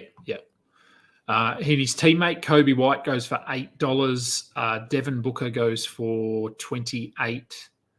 Jaren Jackson now on the board, sitting at 16. He's another one that I think people are either up or down on. I know the show you're referring to on Friday, I think it was Shannon, was pretty down on Jaren Jackson. Yeah. Because of the fact that they're healthy now and all of that. But because I was sitting there listening and thinking, I think you could make a case that he'll actually be better because they're healthy, because he won't be required to do as much on offense and he can just focus on the defensive stuff. And he had his best season when Steven Adams was there. So right. I know Zach Edey is a different player to Steven Adams, but I think you can make a case either way for Jaren Jackson, which is interesting. I mean, the real swing piece of his game, I think, is his blocks. It's like, and I said this in the podcast, like him and Miles Turner are similar in that way, where it's like, if they have one of their up years in blocks, they're going to rank like 20th, 25th. Yeah. If they have one of their down years in blocks, they're going to rank like 60th. And there's just there's almost no way to predict that. Like it's no, there's some not. of it's coaching. Jarrett Allen on the board now. He's in probably that Claxton range. I would say top 60. Quietly though, not a great shot blocker, Jarrett Allen. I think people perceive him as an elite shot blocker, but he isn't. And Evan Mobley is there as well, and he is a pretty good shot blocker. So I actually have Jarrett Allen slightly below those guys, just because he'll get you 1.1 or 1.2, where the others have upside to hit 2 blocks a game, I think. I'm not really a Jarrett Allen guy. He just like if in my mind he's just like the NBA center, like the prototypical NBA center. He just gets you those average center numbers. Yeah. And maybe some of my like negative feeling towards him, or like my underwhelming feeling towards him, is just because I really just strongly dislike him and Mobley on the same team. I really want Mobley just to be a center. Like, yeah. I feel like it opens up the whole team. I feel like it's better for Mobley. I feel like you have this, Mobley has a ton of potential as a player, and you're just playing him completely out of position. I just absolutely do not believe Evan Mobley is a power forward. And so it just annoys me that they're doing that when I think he should be their center. Yeah, and I agree. And funnily enough, so Jarrett Allen went for a little bit less than those guys. So he went for $12, which I think is about right. And then Evan Mobley was nominated, and he's sitting at $22 now, which, again, I think that's about right. I think he's in that top 50 range for sure, but he definitely has a lot more upside than Jarrett Allen. With Jarrett Allen, as you said, he is who he is. You know exactly what he's going to do. I remember watching him at Summer League, which was a few years ago when he was playing for the Nets, and he sort of dominated, but he just dominated because he's taller than everyone. Like, it wasn't that skill-wise, he was this amazing player. He was just tall, long, understood the game. Right. So he's going to have a solid role, but I've never thought of him as an elite center. But as long as he's playing in that role 30, 32 minutes a night, he's going to put up serviceable numbers. Mobley went for 22. Tobias Harris goes for $10. I like that. Could be a steal. Was that? Oh, so Emma was in on him. Okay, so she didn't want to go to 10. Kyrie Irving. Now we've still got. Let me scroll up. We've still got a few. Most of those top 20 players have gone now, I think. Kyrie is the last one, and then they're all done. Yeah, Kyrie and Paul George are the only players left on the board with a ADP inside 30. Yeah. And then we've got, still a bit of value there. Devin Vassell, he might drop a little bit because of that injury news. True. Trey Murphy, the same. Isaiah Hartenstein, what are your thoughts? Because I like Hartenstein. I think he could have a good year, but I mean, I don't know. How high are you on him? Would you have him in that discussion with Jalen Duren and Rudy Gobert and those guys? I think he has upside for that. I think there is a world where maybe Chet Holmgren is more of a power forward, and they like, or at least they just like having a more traditional big next to him, and Hartenstein ends up playing 32 minutes a game, and they trust him with the offense because he has shown in the past that he is a good passer and he's a playmaker and he can shoot threes, and he was sort of not asked to do that in New York, but we know the Thunder love to play like that. So what if he just fits perfectly and it just all comes together for him? I think he can be in that 60 range, maybe even higher. But then there's also the other side, which is like, what if he just continues to play 26 minutes a game, and the quote unquote experiment of bringing him in and playing next to Chet Holmgren just is okay. Kind of doesn't work, kind of does work. So I think it's fine to take a little bit of a gamble on him and draft him at like pick 75, and just, he has a high floor regardless. He does. Yeah. Where are we? Tobias Harris for 10. Kyrie Irving goes for $28. Paul George currently sitting at $25, $26. And then we're done with ADPs inside the top 30. So then we've still got a handful of those top 50 players. and then we're very quickly going to get down into the $5 players, $3 players, which will be your time to shine. Yeah, no kidding. I've been able to just cruise and watch these players come off the board, but eventually I'll have to get back in here. You will. Paul George goes for $32. So just go through some of the teams here. So Max Rebo Jurassic has 5 players left, $58. Skyrine has 7 players with 36. Deadly Ringer has 4 with 39. Waltzin Missoula has 7 with 49. Feeling Giddy has 5 with 7. So a little bit like you, just waiting for those cheaper players at the end. Doncic, your roster, 7 for 37. You have 5 for $8. Acris 865 has 8 for 42. Heat Lifer 8 for 69. Emma 8 for 47. Burgertron 5 for 11. And Layups and Dunks 5 for 19. So yeah, look, there's still one. What do we got? 1, 2, 3. Still a few teams that haven't even filled up half their roster yet. Adebayo at $20. Yeah. Sorry, I'm not watching. Yeah. So Adebayo for 20 is a good price. I'm not that high on Adebayo, but that's because he burned me last year. I think that's more of me being annoyed at him than anything else. He went for 21 in the last one, so that's about the same. I mean, I would go higher than that on him. I mean, I'd push 30 for Adebayo, to be honest. But I do think, we were talking about before the show, how's holding off on these top players going to end up affecting the draft. And so far, we have yet to see how everybody's bench and the rest of their starters play out. But my gut reaction is that the people who waited the longest here are probably winning the draft. And I'm guilty of blowing a lot of my money early, and maybe the Wembanyama thing saves me. But a lot of the people who have the fewest players, I think, have the best teams as of right now. Ooh, yeah, so I'm looking. Yeah, so Emma, we know Emma's team. Heat Lifer has Kyrie, Kawhi, Scotty Barnes, Anthony Davis. Who else has?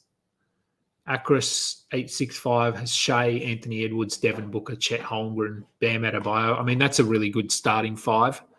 Yeah. There. And it's like, yeah, I mean, their benches and the rest of their starters are like not going to be that great. Might be a lot of players in like the 80 to 120 range, but I think, if you're taking upside swings with that, I think that's completely fine. DeJounte went for 25. Would you say you're in or out on DeJounte? I would say I'm probably more out than in, but I don't hate that price.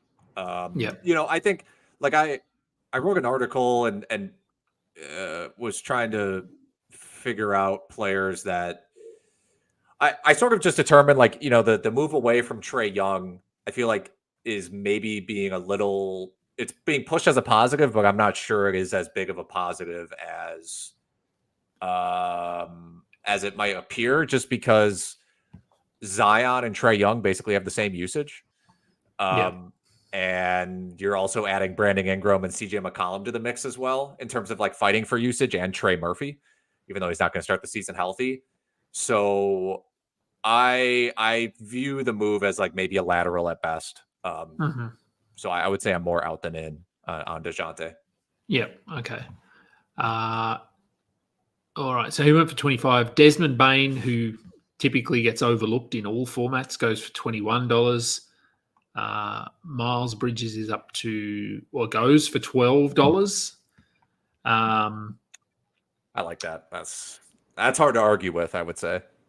Yeah. I mean, love him or hate him. Fantasy wise, $12 for a guy that could be top 50 is good value. Here's Devin Vassell. So let's have a look at what he went for. So the last one we did was before the injury news, and he went for 11. and he's up to $8 here. That's pretty Does the injury surprising. concern you, given that the Spurs are sort of, they're not afraid of resting guys and being cautious? It concerns me a lot. I am not sure I would draft Vassell inside the top 100. Yeah. Depends on how many IR spots you have in your league. There's some nuance there. But from what we've heard from the Spurs, it's like, okay, we're going to reevaluate him November 1st. Man, to me, that means almost nothing. Like, we're deep enough in the injury stuff where it's like, that could mean they reevaluate him on November 1st and they say, okay, he's out for another 2 weeks. And then they reevaluate him in 2 more weeks. And then all of a sudden it's December 1st by the time he even steps on the court. And then it's like it's Christmas by the time that he even plays 30 minutes in a game. Yeah. And so it really, for someone who I think we perceive as maybe like, you could draft him in like the 55 to 75 range, whatever. If that guy doesn't start playing real minutes until mid to late December, if there's the possibility of that, it's just hard to draft. He's hard to draft inside the top 100. Yeah, it is. And the fact that we haven't really, I mean, I wouldn't say he's been unhealthy, but I wouldn't either. I also wouldn't say he's had a healthy season. So yeah. And this, I mean, it's a foot injury, which obviously is very tough on an athlete. And it was a follow-up surgery on a surgery that didn't take. Yeah. And I think the Spurs are going to be competitive. Like, I think they're going to be a roughly 500 team, but assuming everyone's healthy. But they're not going to win the title. So, like, they have to play in terms of, they have to play a game of like how much how much do we really want to push it?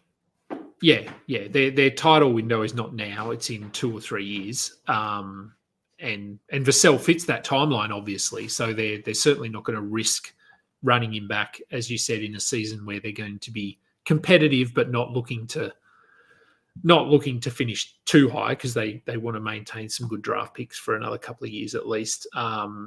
So he went for 10, which is slightly cheaper than the last draft, but pretty much on par. Darius Garland was next. He went for $21. Kyle Kuzma next up, sitting at $10.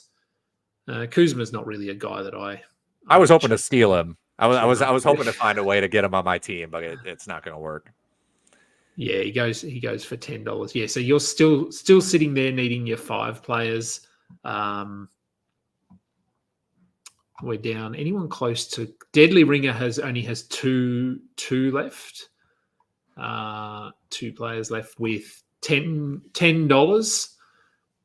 So just having a look at his roster, he hasn't managed it too badly. I wouldn't say.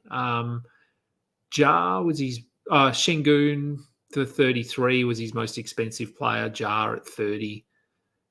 Probably overpaid a little bit for Dyson Daniels at $8, but Jalen Johnson 29. Pretty balanced team as well, money wise. He has Porzingis and Vassell, and that's a tough sell for me. I mean, you can work around that, like I said, based on your IR spots, and if you're playing for the playoffs, I mean, if he has that much belief in his team to get to the playoffs, and that's fine. I'm not sure Vassell was worth the $10. Porzingis for 10 with his injury situation, I don't mind that. Porzingis, we at least have a timeline on to some degree. I mean, you never know, but it is sounding like he's on target to return in December. He's come out and said he'd like to come back earlier, but that's not going to happen. But we also know who Porzingis is. He's a top 20 player per game. Yeah. So there's a bit more certainty around how many games will he play, what will he do in those games, where Vassell is still, there's still question marks. So, yeah, I think the Porzingis is certainly fraught with less danger. DeAndre Ayton goes for $12. That has potential to pay off pretty significantly. I'm not like an Ayton guy. I mean, I don't know who's an Ayton guy. I don't know who's sitting around being like, my favorite player is DeAndre Ayton. But he can put up numbers, and maybe, I don't know. Yeah. And for $12, I mean, what are you losing? That's how I'll frame it. Yeah. He's a bit different. He is in that range of your Claxton's and Mark Williams, Jalen Duran. He's in that bucket of centres, but he's very different. He doesn't defend. He's just far more better or far more talented offensively. Yeah. Mikal Bridges goes for 15. Zach Levine. Let's see what he goes for. He is actually someone that he's growing on me. I'm liking because you can get him around 70 as well. Mm-hmm. And again, it's one of those situations that could go one of two ways. But with no DeRozan there, I think he'll be better without DeRozan. They never really clicked as a unit or as a pair. So I think with no DeRozan, he's coming off a season that was basically a write-off. All the rumors are that he's going to be traded. The Bulls don't want him. So he could come out and just want to prove everyone wrong and earn himself a big contract. So I don't know. Do we see top 30 Zach LaVine again? Probably not, but I think he could at least give it a shake if he's got his head screwed on and the Bulls are competitive. Here goes Hartenstein. You tried to sneak him there. This one is interesting. I think this is where I could see some of this range, these upcoming players. I don't know if there will be as many steals left here because, like I was mentioning before with the people who've saved their money, Heat Lifer and Emma, I think this is the range where they have to make sure to get these players. You know, because Emma, like I said, $54 for 4 starting spots left. I think she's just got to be in on almost anybody in this like 70 to 90 range that has real potential. Yeah. So, and there's a lot of other people around that have similar amounts of money. And so I could see this bidding actually getting really competitive around this range. And she's also, like we sort of said, what's going to be the path forward here? Is it going to be leaning into this punt build? Because she obviously hasn't drafted any centers, rebounds, blocks. There's not much left on the board now. Those guys have all gone.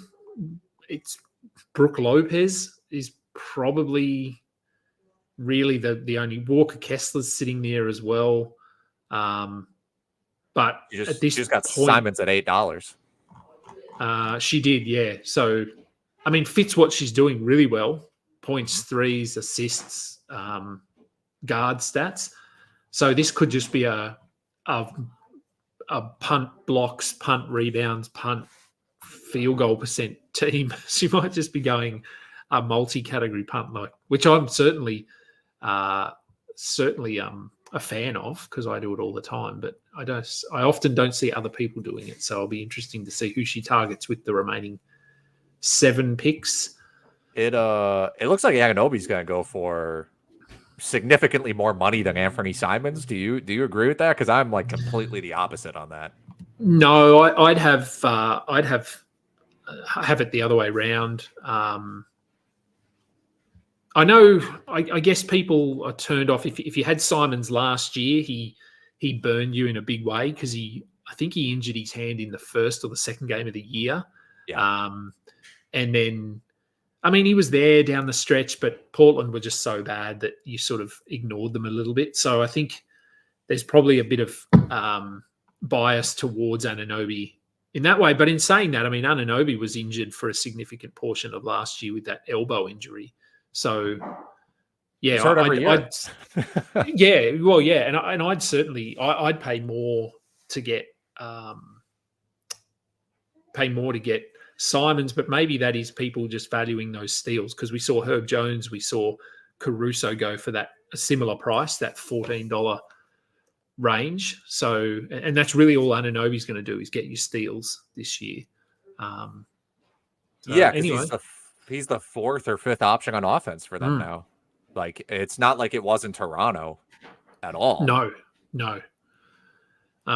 Trey Murphy, another player who's already injured. He goes for $10 as well. I'd probably, I don't know. Let's compare him to Devin Vassell because both are sort of slated to miss at least the first week of the season potentially. Would you feel safer taking Trey or Devin Vassell? I think I would rather have Trey Murphy Mm. based on the injury situation for Vassell, just because I do not trust the Spurs to bring him back that soon. And I think just based on doing too many NBA injury reports for too long as a job, the November 1st thing, that doesn't mean anything to me at all. So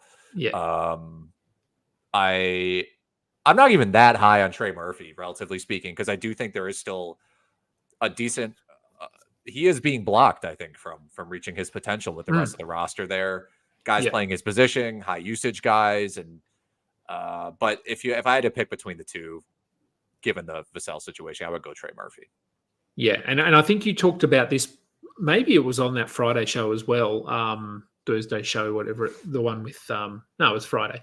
About the fact that the Pelicans don't really. I mean, they have center options, but you wouldn't say they have a reliable center. So they could go a lot of small ball.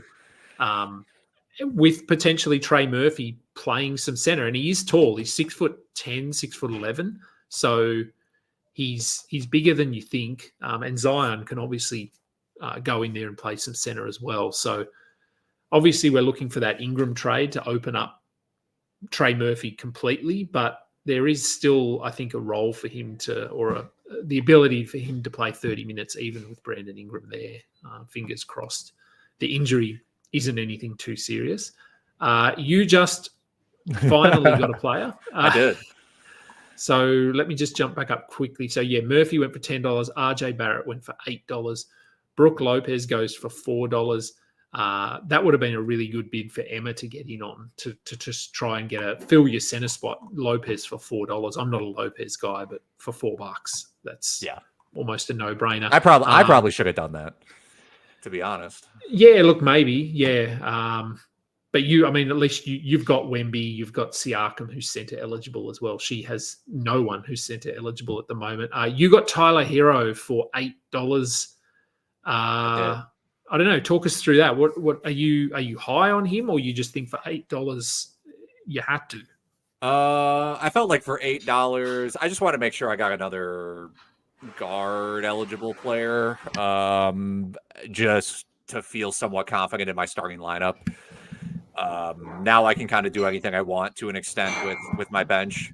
But I just feel like he's a good value at $8 because, like, I know he's been relatively injury prone.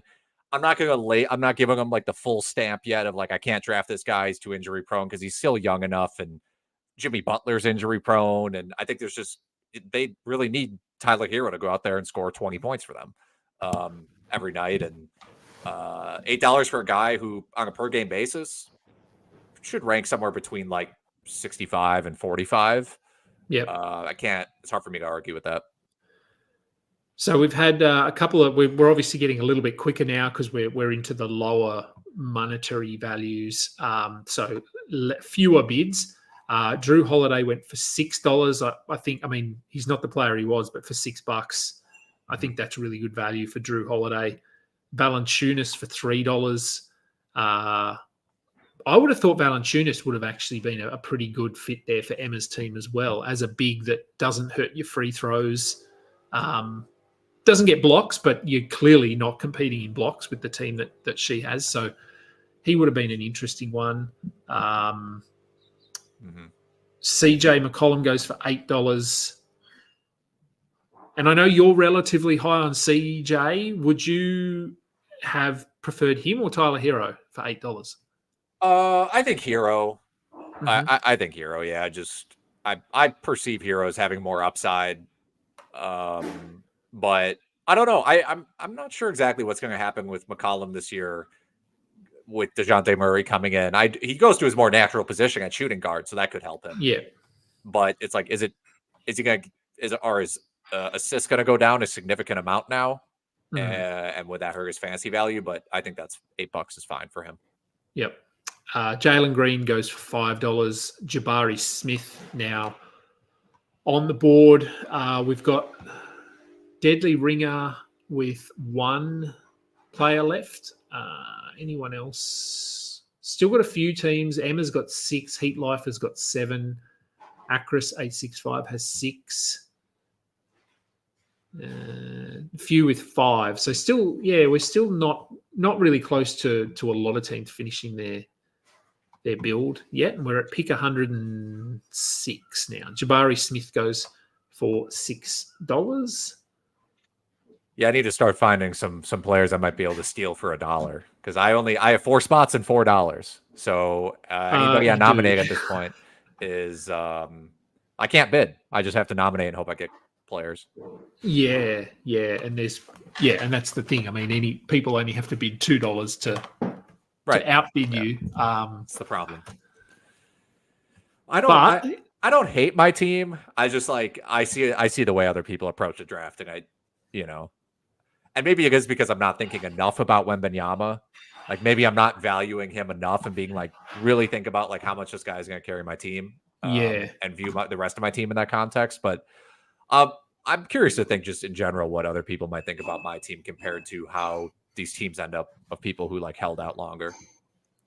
So, I mean, looking at your team, obviously you've got Wemby and he's going to sort of really form that foundation for your team. But his strongest category is blocks, and you don't really have any other shot blockers on your team. So will you... Because I have heard this from people. I haven't drafted Wemby, I don't think.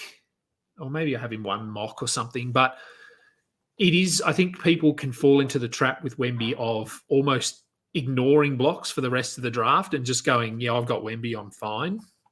Right. But I don't think that is the case. He'll keep you very competitive. But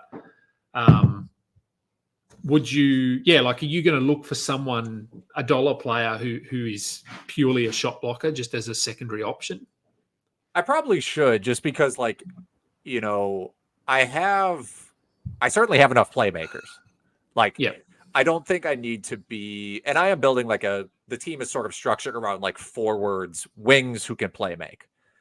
And I don't think I need any more of that because basically it's everyone on my roster. So you're right. I probably should shore up blocks and just kind of commit to a punt assists, punt threes type of build.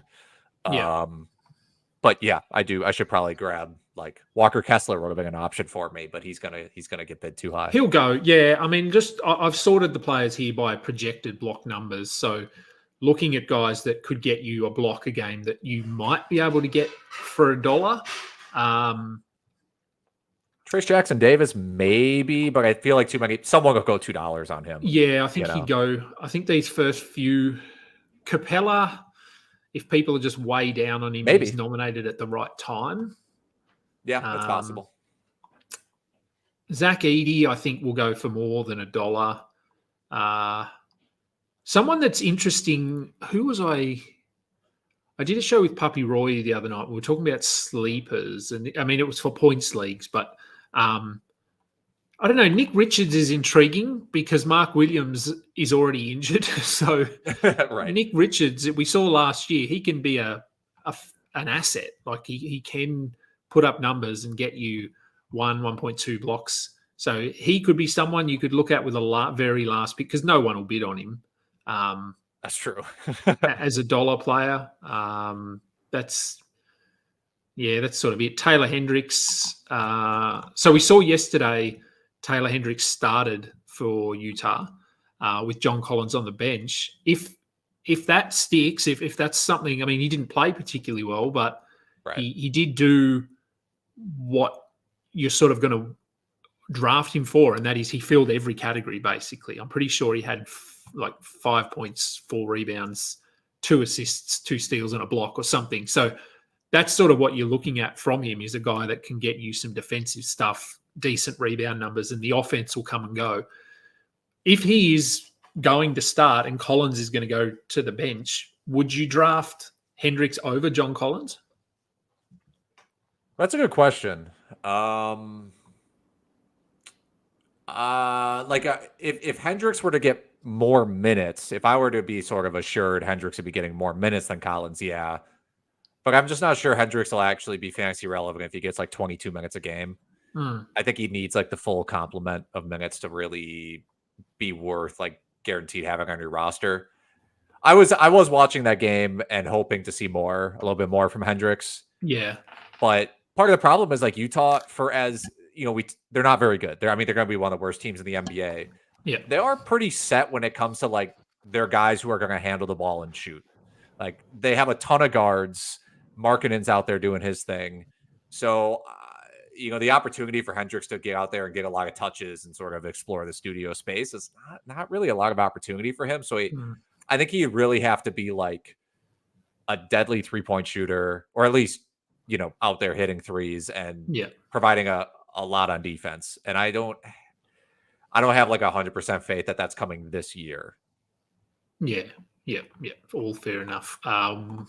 Lots of picks since we spoke. While we've been speaking, I was surprised. I saw Jalen Suggs go for $14, and I was like, I had to like double check. I'm kind of aggressive in my opinion compared to like Simons goes for 8, Austin Reeves goes for 5.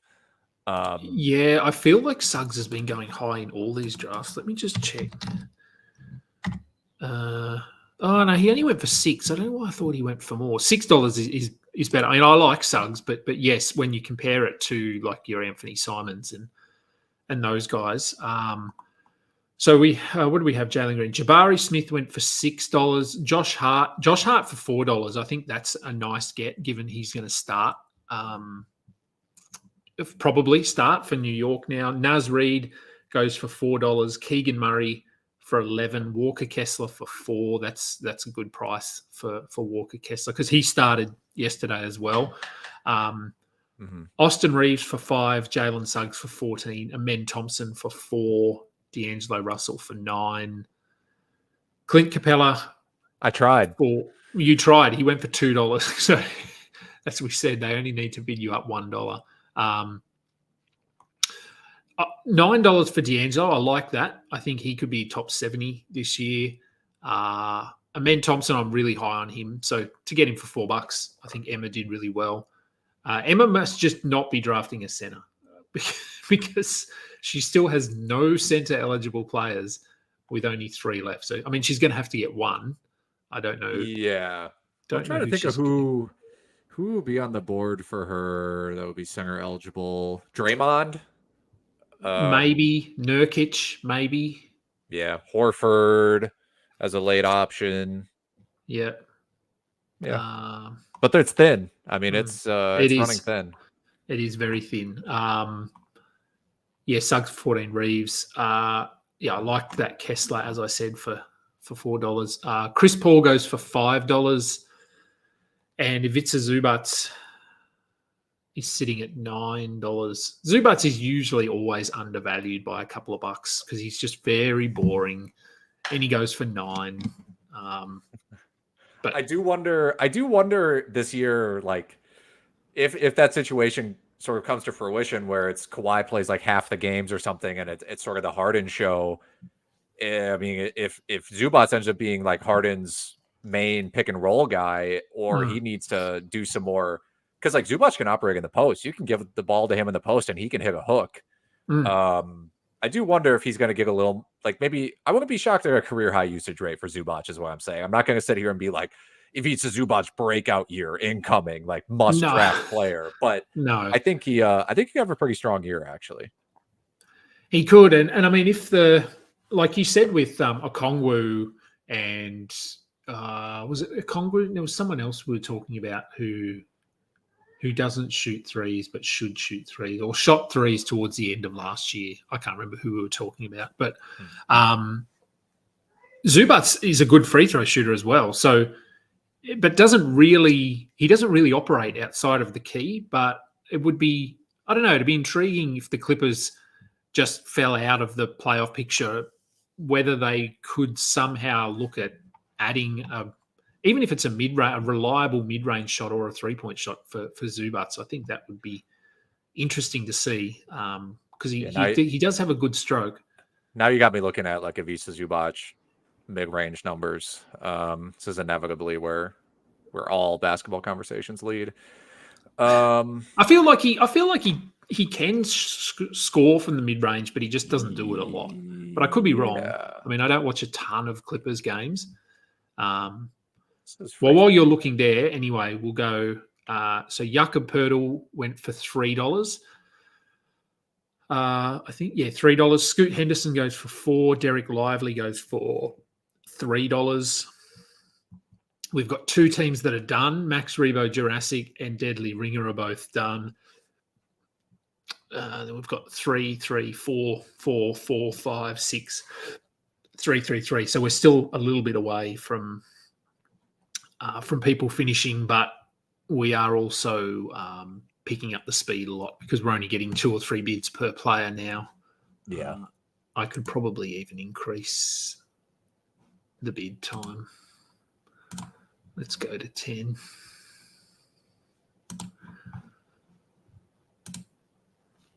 Oh, did that save it, or do I need to click a save button? I thought it doesn't matter. Anyway, whatever. Zubac was on short mid-rangers last year. He got 63%. He was 124 for 198 on short mid-rangers, which I think mostly is like longer hook shots. I'm using Cleaning the Glass. Okay. It only took 3 long mid-rangers. So he could probably get out there and shoot some 17. He could get there. I feel like a lot of those close mid-ranges for him are probably push shots, like little, as you said, hook shots or push shots rather than a sort of a traditional jump shot. Which, I mean, that's not uncommon for just the NBA in general. That push shot has become very prevalent for both guards and bigs. Middleton goes for $4. Keontae George for $3. Denny Avdia on the board. Those are both Middleton. Nice. Milwaukee favorite Chris Middleton. Where are you on him this year?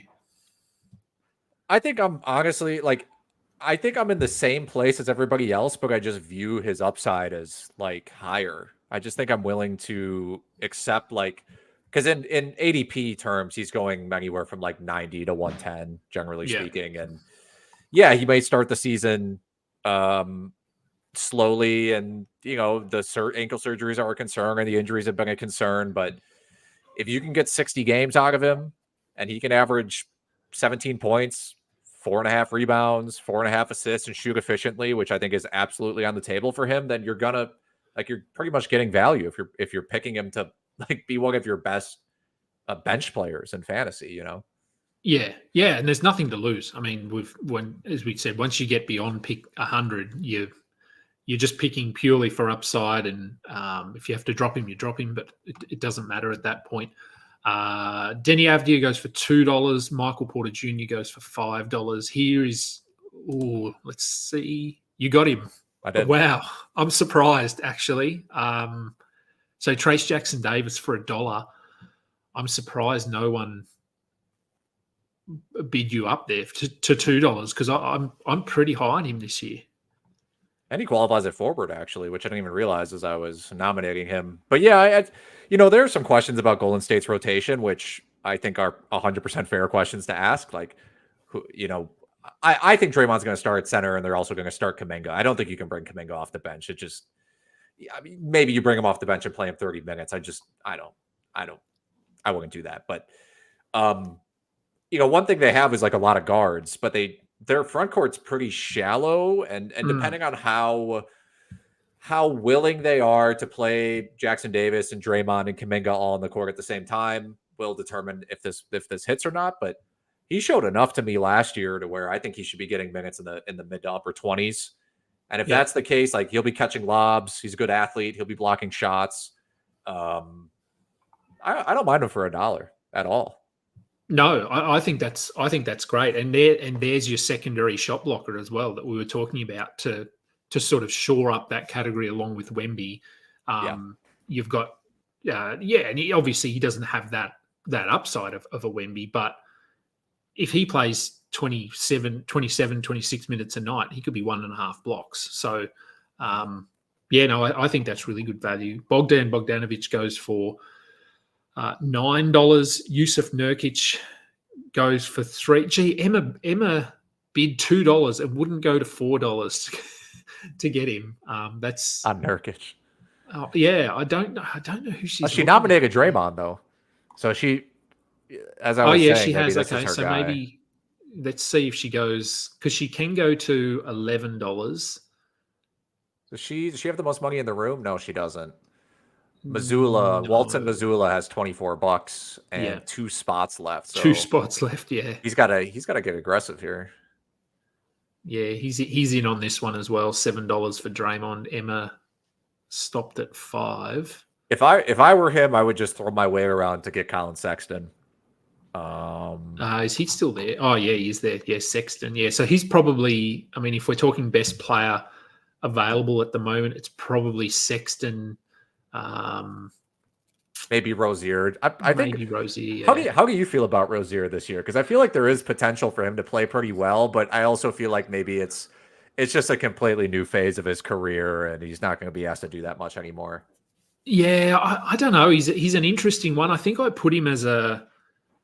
I think I did a tweet about value based on rank and ADP and stuff, and he was in that list because I think he's being drafted around pick 100. That's where his ADP is sitting at the moment, and we've seen him have top 40 seasons. We've seen him have bad seasons as well, but I just feel like last year when he was pretty good to start the year, but then when he was traded, I don't know, nothing in Miami really clicked in the last 2-3 months of the season. I think we could say that for all of them. So having now had a preseason under his belt with the team, I just think it's not often you see a player go to Miami and not play decent. Like they feel like they're a team that brings the best out of players, not the worst.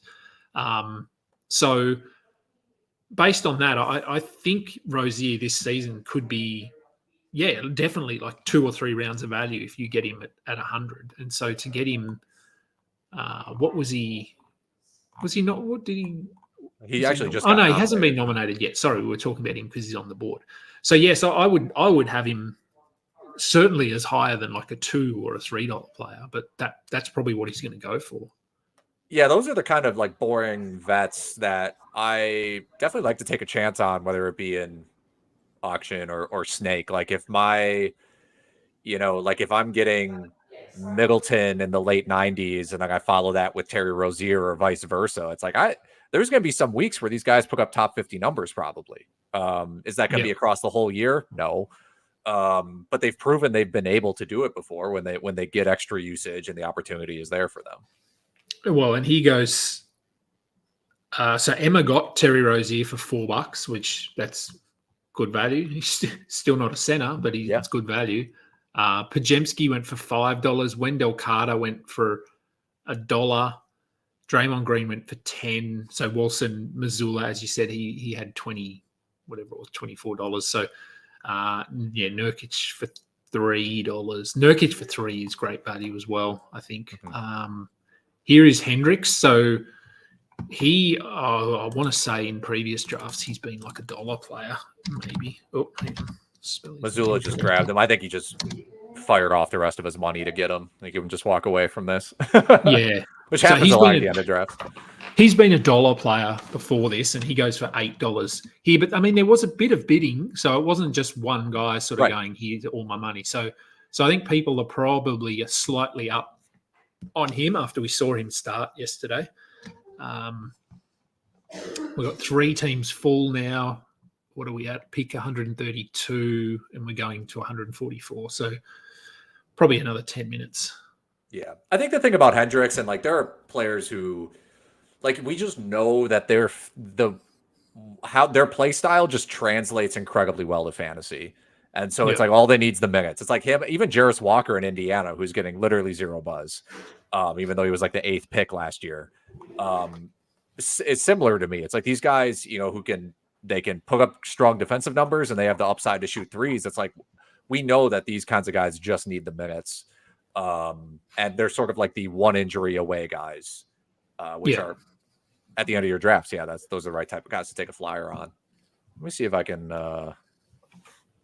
pull this off for $1. I doubt there's a lot of good value going at the moment.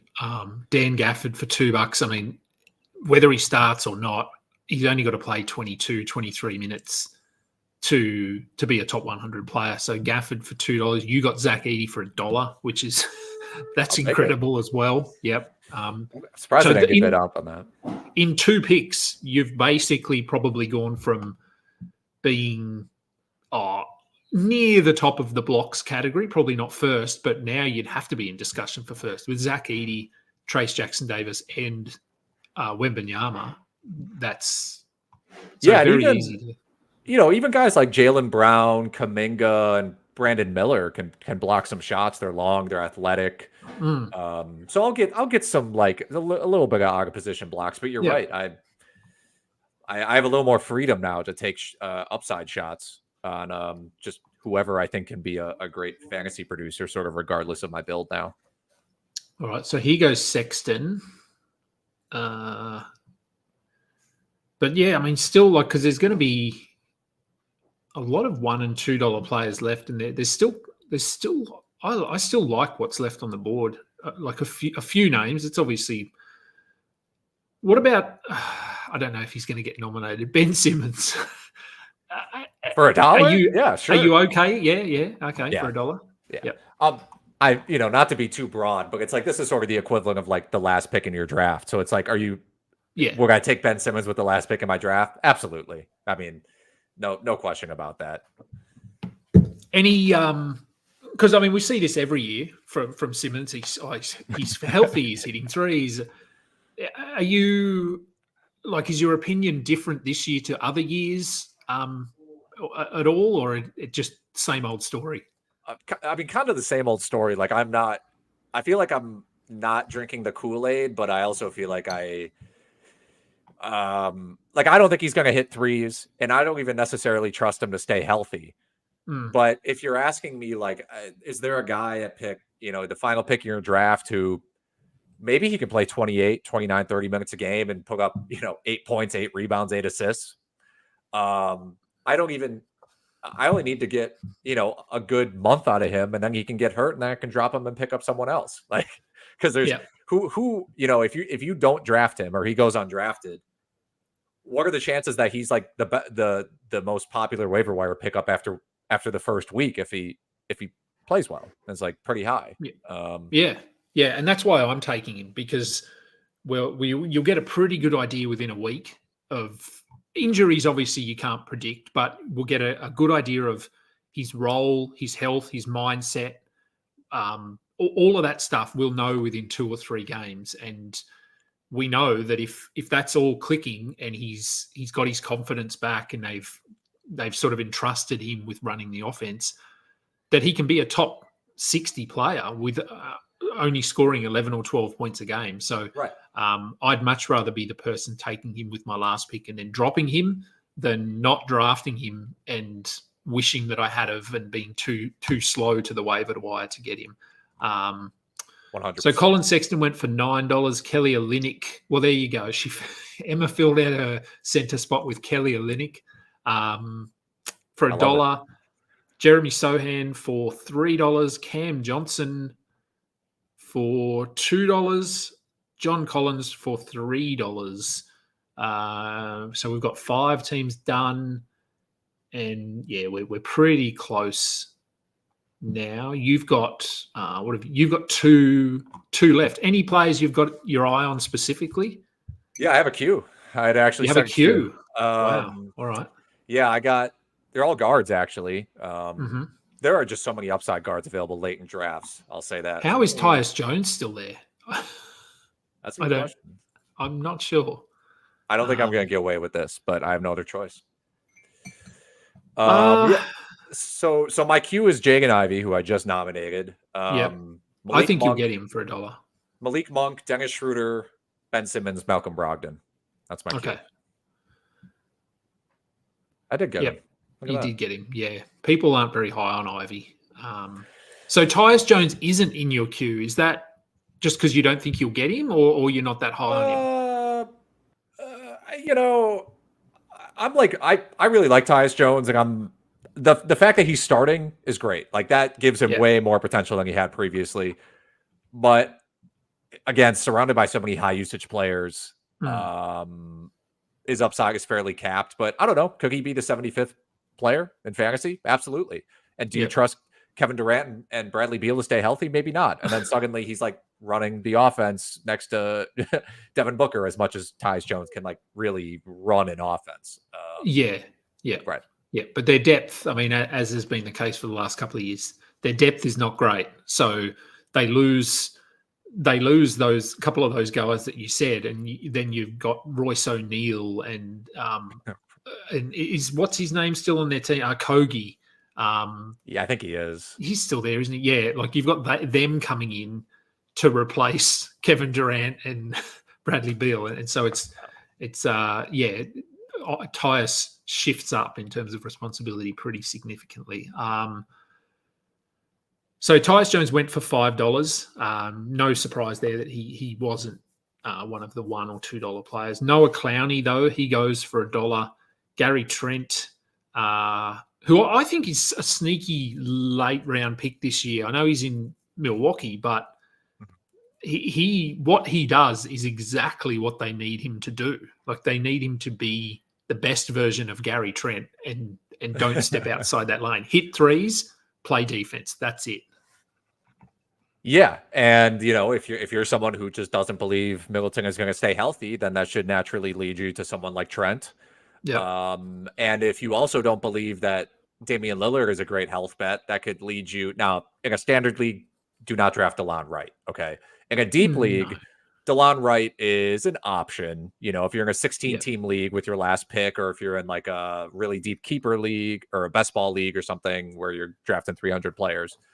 Because we know DeLon Wright's a great per minute guy, and I will say I don't think they're going to start DeLon Wright. That would surprise me. But at the end of last year, Doc was starting Pat Bev next to Lillard, and DeLon Wright's kind of like Patrick Beverley in like the defensive guard mindset. So what would you say DeLon Wright in terms of minutes per game? Like, will he hit 20? Assuming they're all healthy. Normal sort of rotation, does he hit 20 minutes a game? I would project him for like 15 to 20. Yeah. It is hard to predict because I really like AJ Green.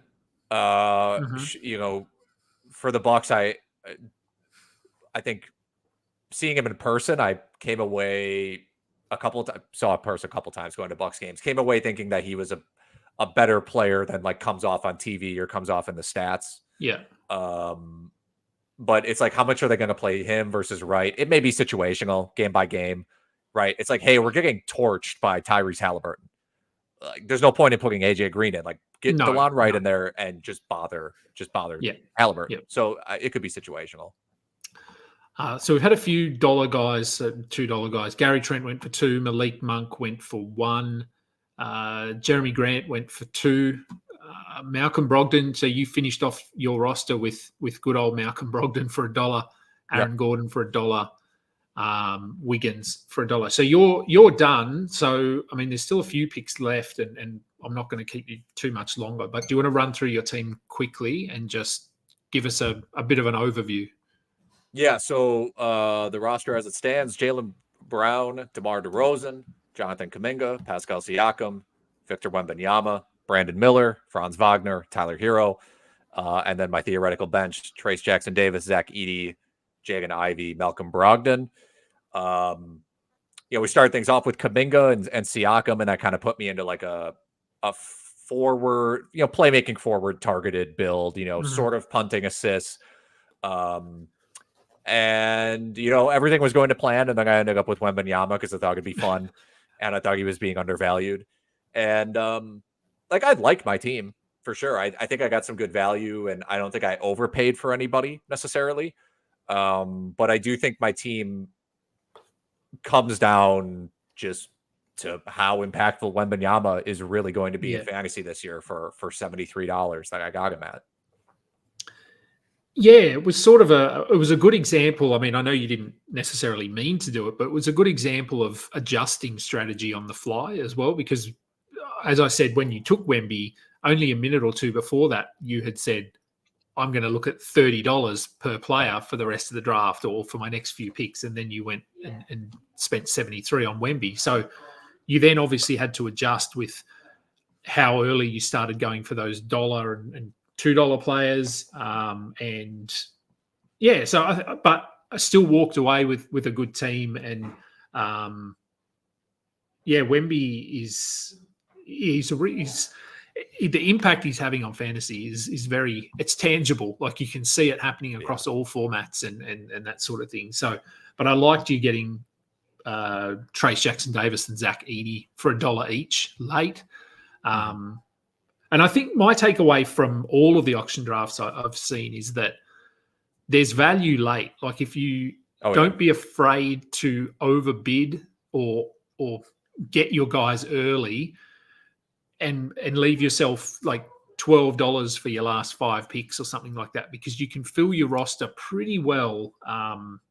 Because, I mean, if you looked at like your last, like Trace Jackson-Davis, Zach Edey, who went for $1 each, they're definitely going inside the top 120 in drafts. Yeah. Jaden Ivey usually gets drafted. So it's, a lot of value. I will say the value, I don't know what you think. I would say the value late in drafts leans guard heavy.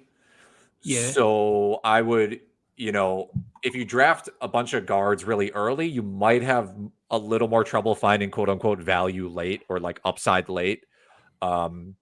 So from doing a bunch of mocks, I've sort of found myself gravitating towards drafting more centers, more forwards early, knowing that with my last 4 picks, I can just fire off a bunch of guards who are available late. Yeah, and I've found that because I've often this year with a few mocks and that sort of thing, I've gone for certain punt builds where I've needed to target steals late in drafts, and I've actually found that pretty easy to do because there are guards available in that 120, 130, 140 range who will get you steals. And if we even look at players who weren't drafted here, D'Anthony Melton wasn't drafted, and he probably should be drafted. Tari Eason, Contavious Caldwell-Pope, Norm Powell, Drummond, Klingon, who's a late sort of blocks guy that you could get. So Keon Ellis, who he's going to start. So there's players here that weren't even picked that you could make a case for them being drafted. Dennis Schroeder didn't get drafted. He was in my queue. He's still in my queue. I'm varying opinions on LeVert, but we know LeVert's like one injury away from seeing more usage and being worth rostering. And so, there's, there might be a competitive first week off the waiver wire in this league, like a lot of leagues are. Yeah. Yep. All right. Well, it's getting dark where you are. So it is. So I'm going to let you go, but I'll let you do some plugs and stuff first for yourself and for RotoWire. What's on the agenda for the next 2.5 weeks away from the start of the season? I think it's the 22nd the season starts. Yeah, something like that. Yep. Yeah, I mean the long and short of it is, like, if you go to the RotoWire NBA homepage, that is the vast majority of what we're doing. We're putting out articles almost every day. We have a RotoWire, custom ranking. So if you're playing a abnormal league type, you can put in your rankings there. The projections go through it, and we have the RotoWire Fantasy Basketball Podcast, which is 4 days a week. My Twitter is at Barutha Alex. You can follow me there, and I'll be posting updates and that kind of stuff. Yep. And I mean, for us, much the same. Twitter, obviously, at Adam King 91, at FBI Basketball, at Old Man Squad. I need to plug that now as well. And World Cup is about to launch. I'm pretty sure the drafts start Monday or Tuesday. There are still a few spots available, so I'm fairly certain that Bida, or I might have even put one in. Check the show notes. There's a link if you wanted to get on a list to register for a spot in the World Cup. Like $13,000 worth of prizes. I don't know. It's a lot of money anyway. So jump in that if you want to. Google Podcasts, Apple Podcasts, Spotify, YouTube, all of that stuff. If you were watching along on Twitter, if you could take 30 seconds to jump over into YouTube and just thumbs up, subscribe, all of that stuff, that would be really good. I'm going to let, I'm going to find the right thing on my screen here. I'm going to let Alex go and have, it's past dinner. I don't know what you're going to do. Watch movie, watch some sport. I don't know. I'm actually going to grab pizza with a buddy who's in town. So that'll be, okay, cool. Yeah. I'll let you go and do that. Thank you, everyone, for listening. I'm Adam King. He is Alex Barutha. This is the Balls Deep Fantasy Basketball Next Time podcast. Until next time, catch ya.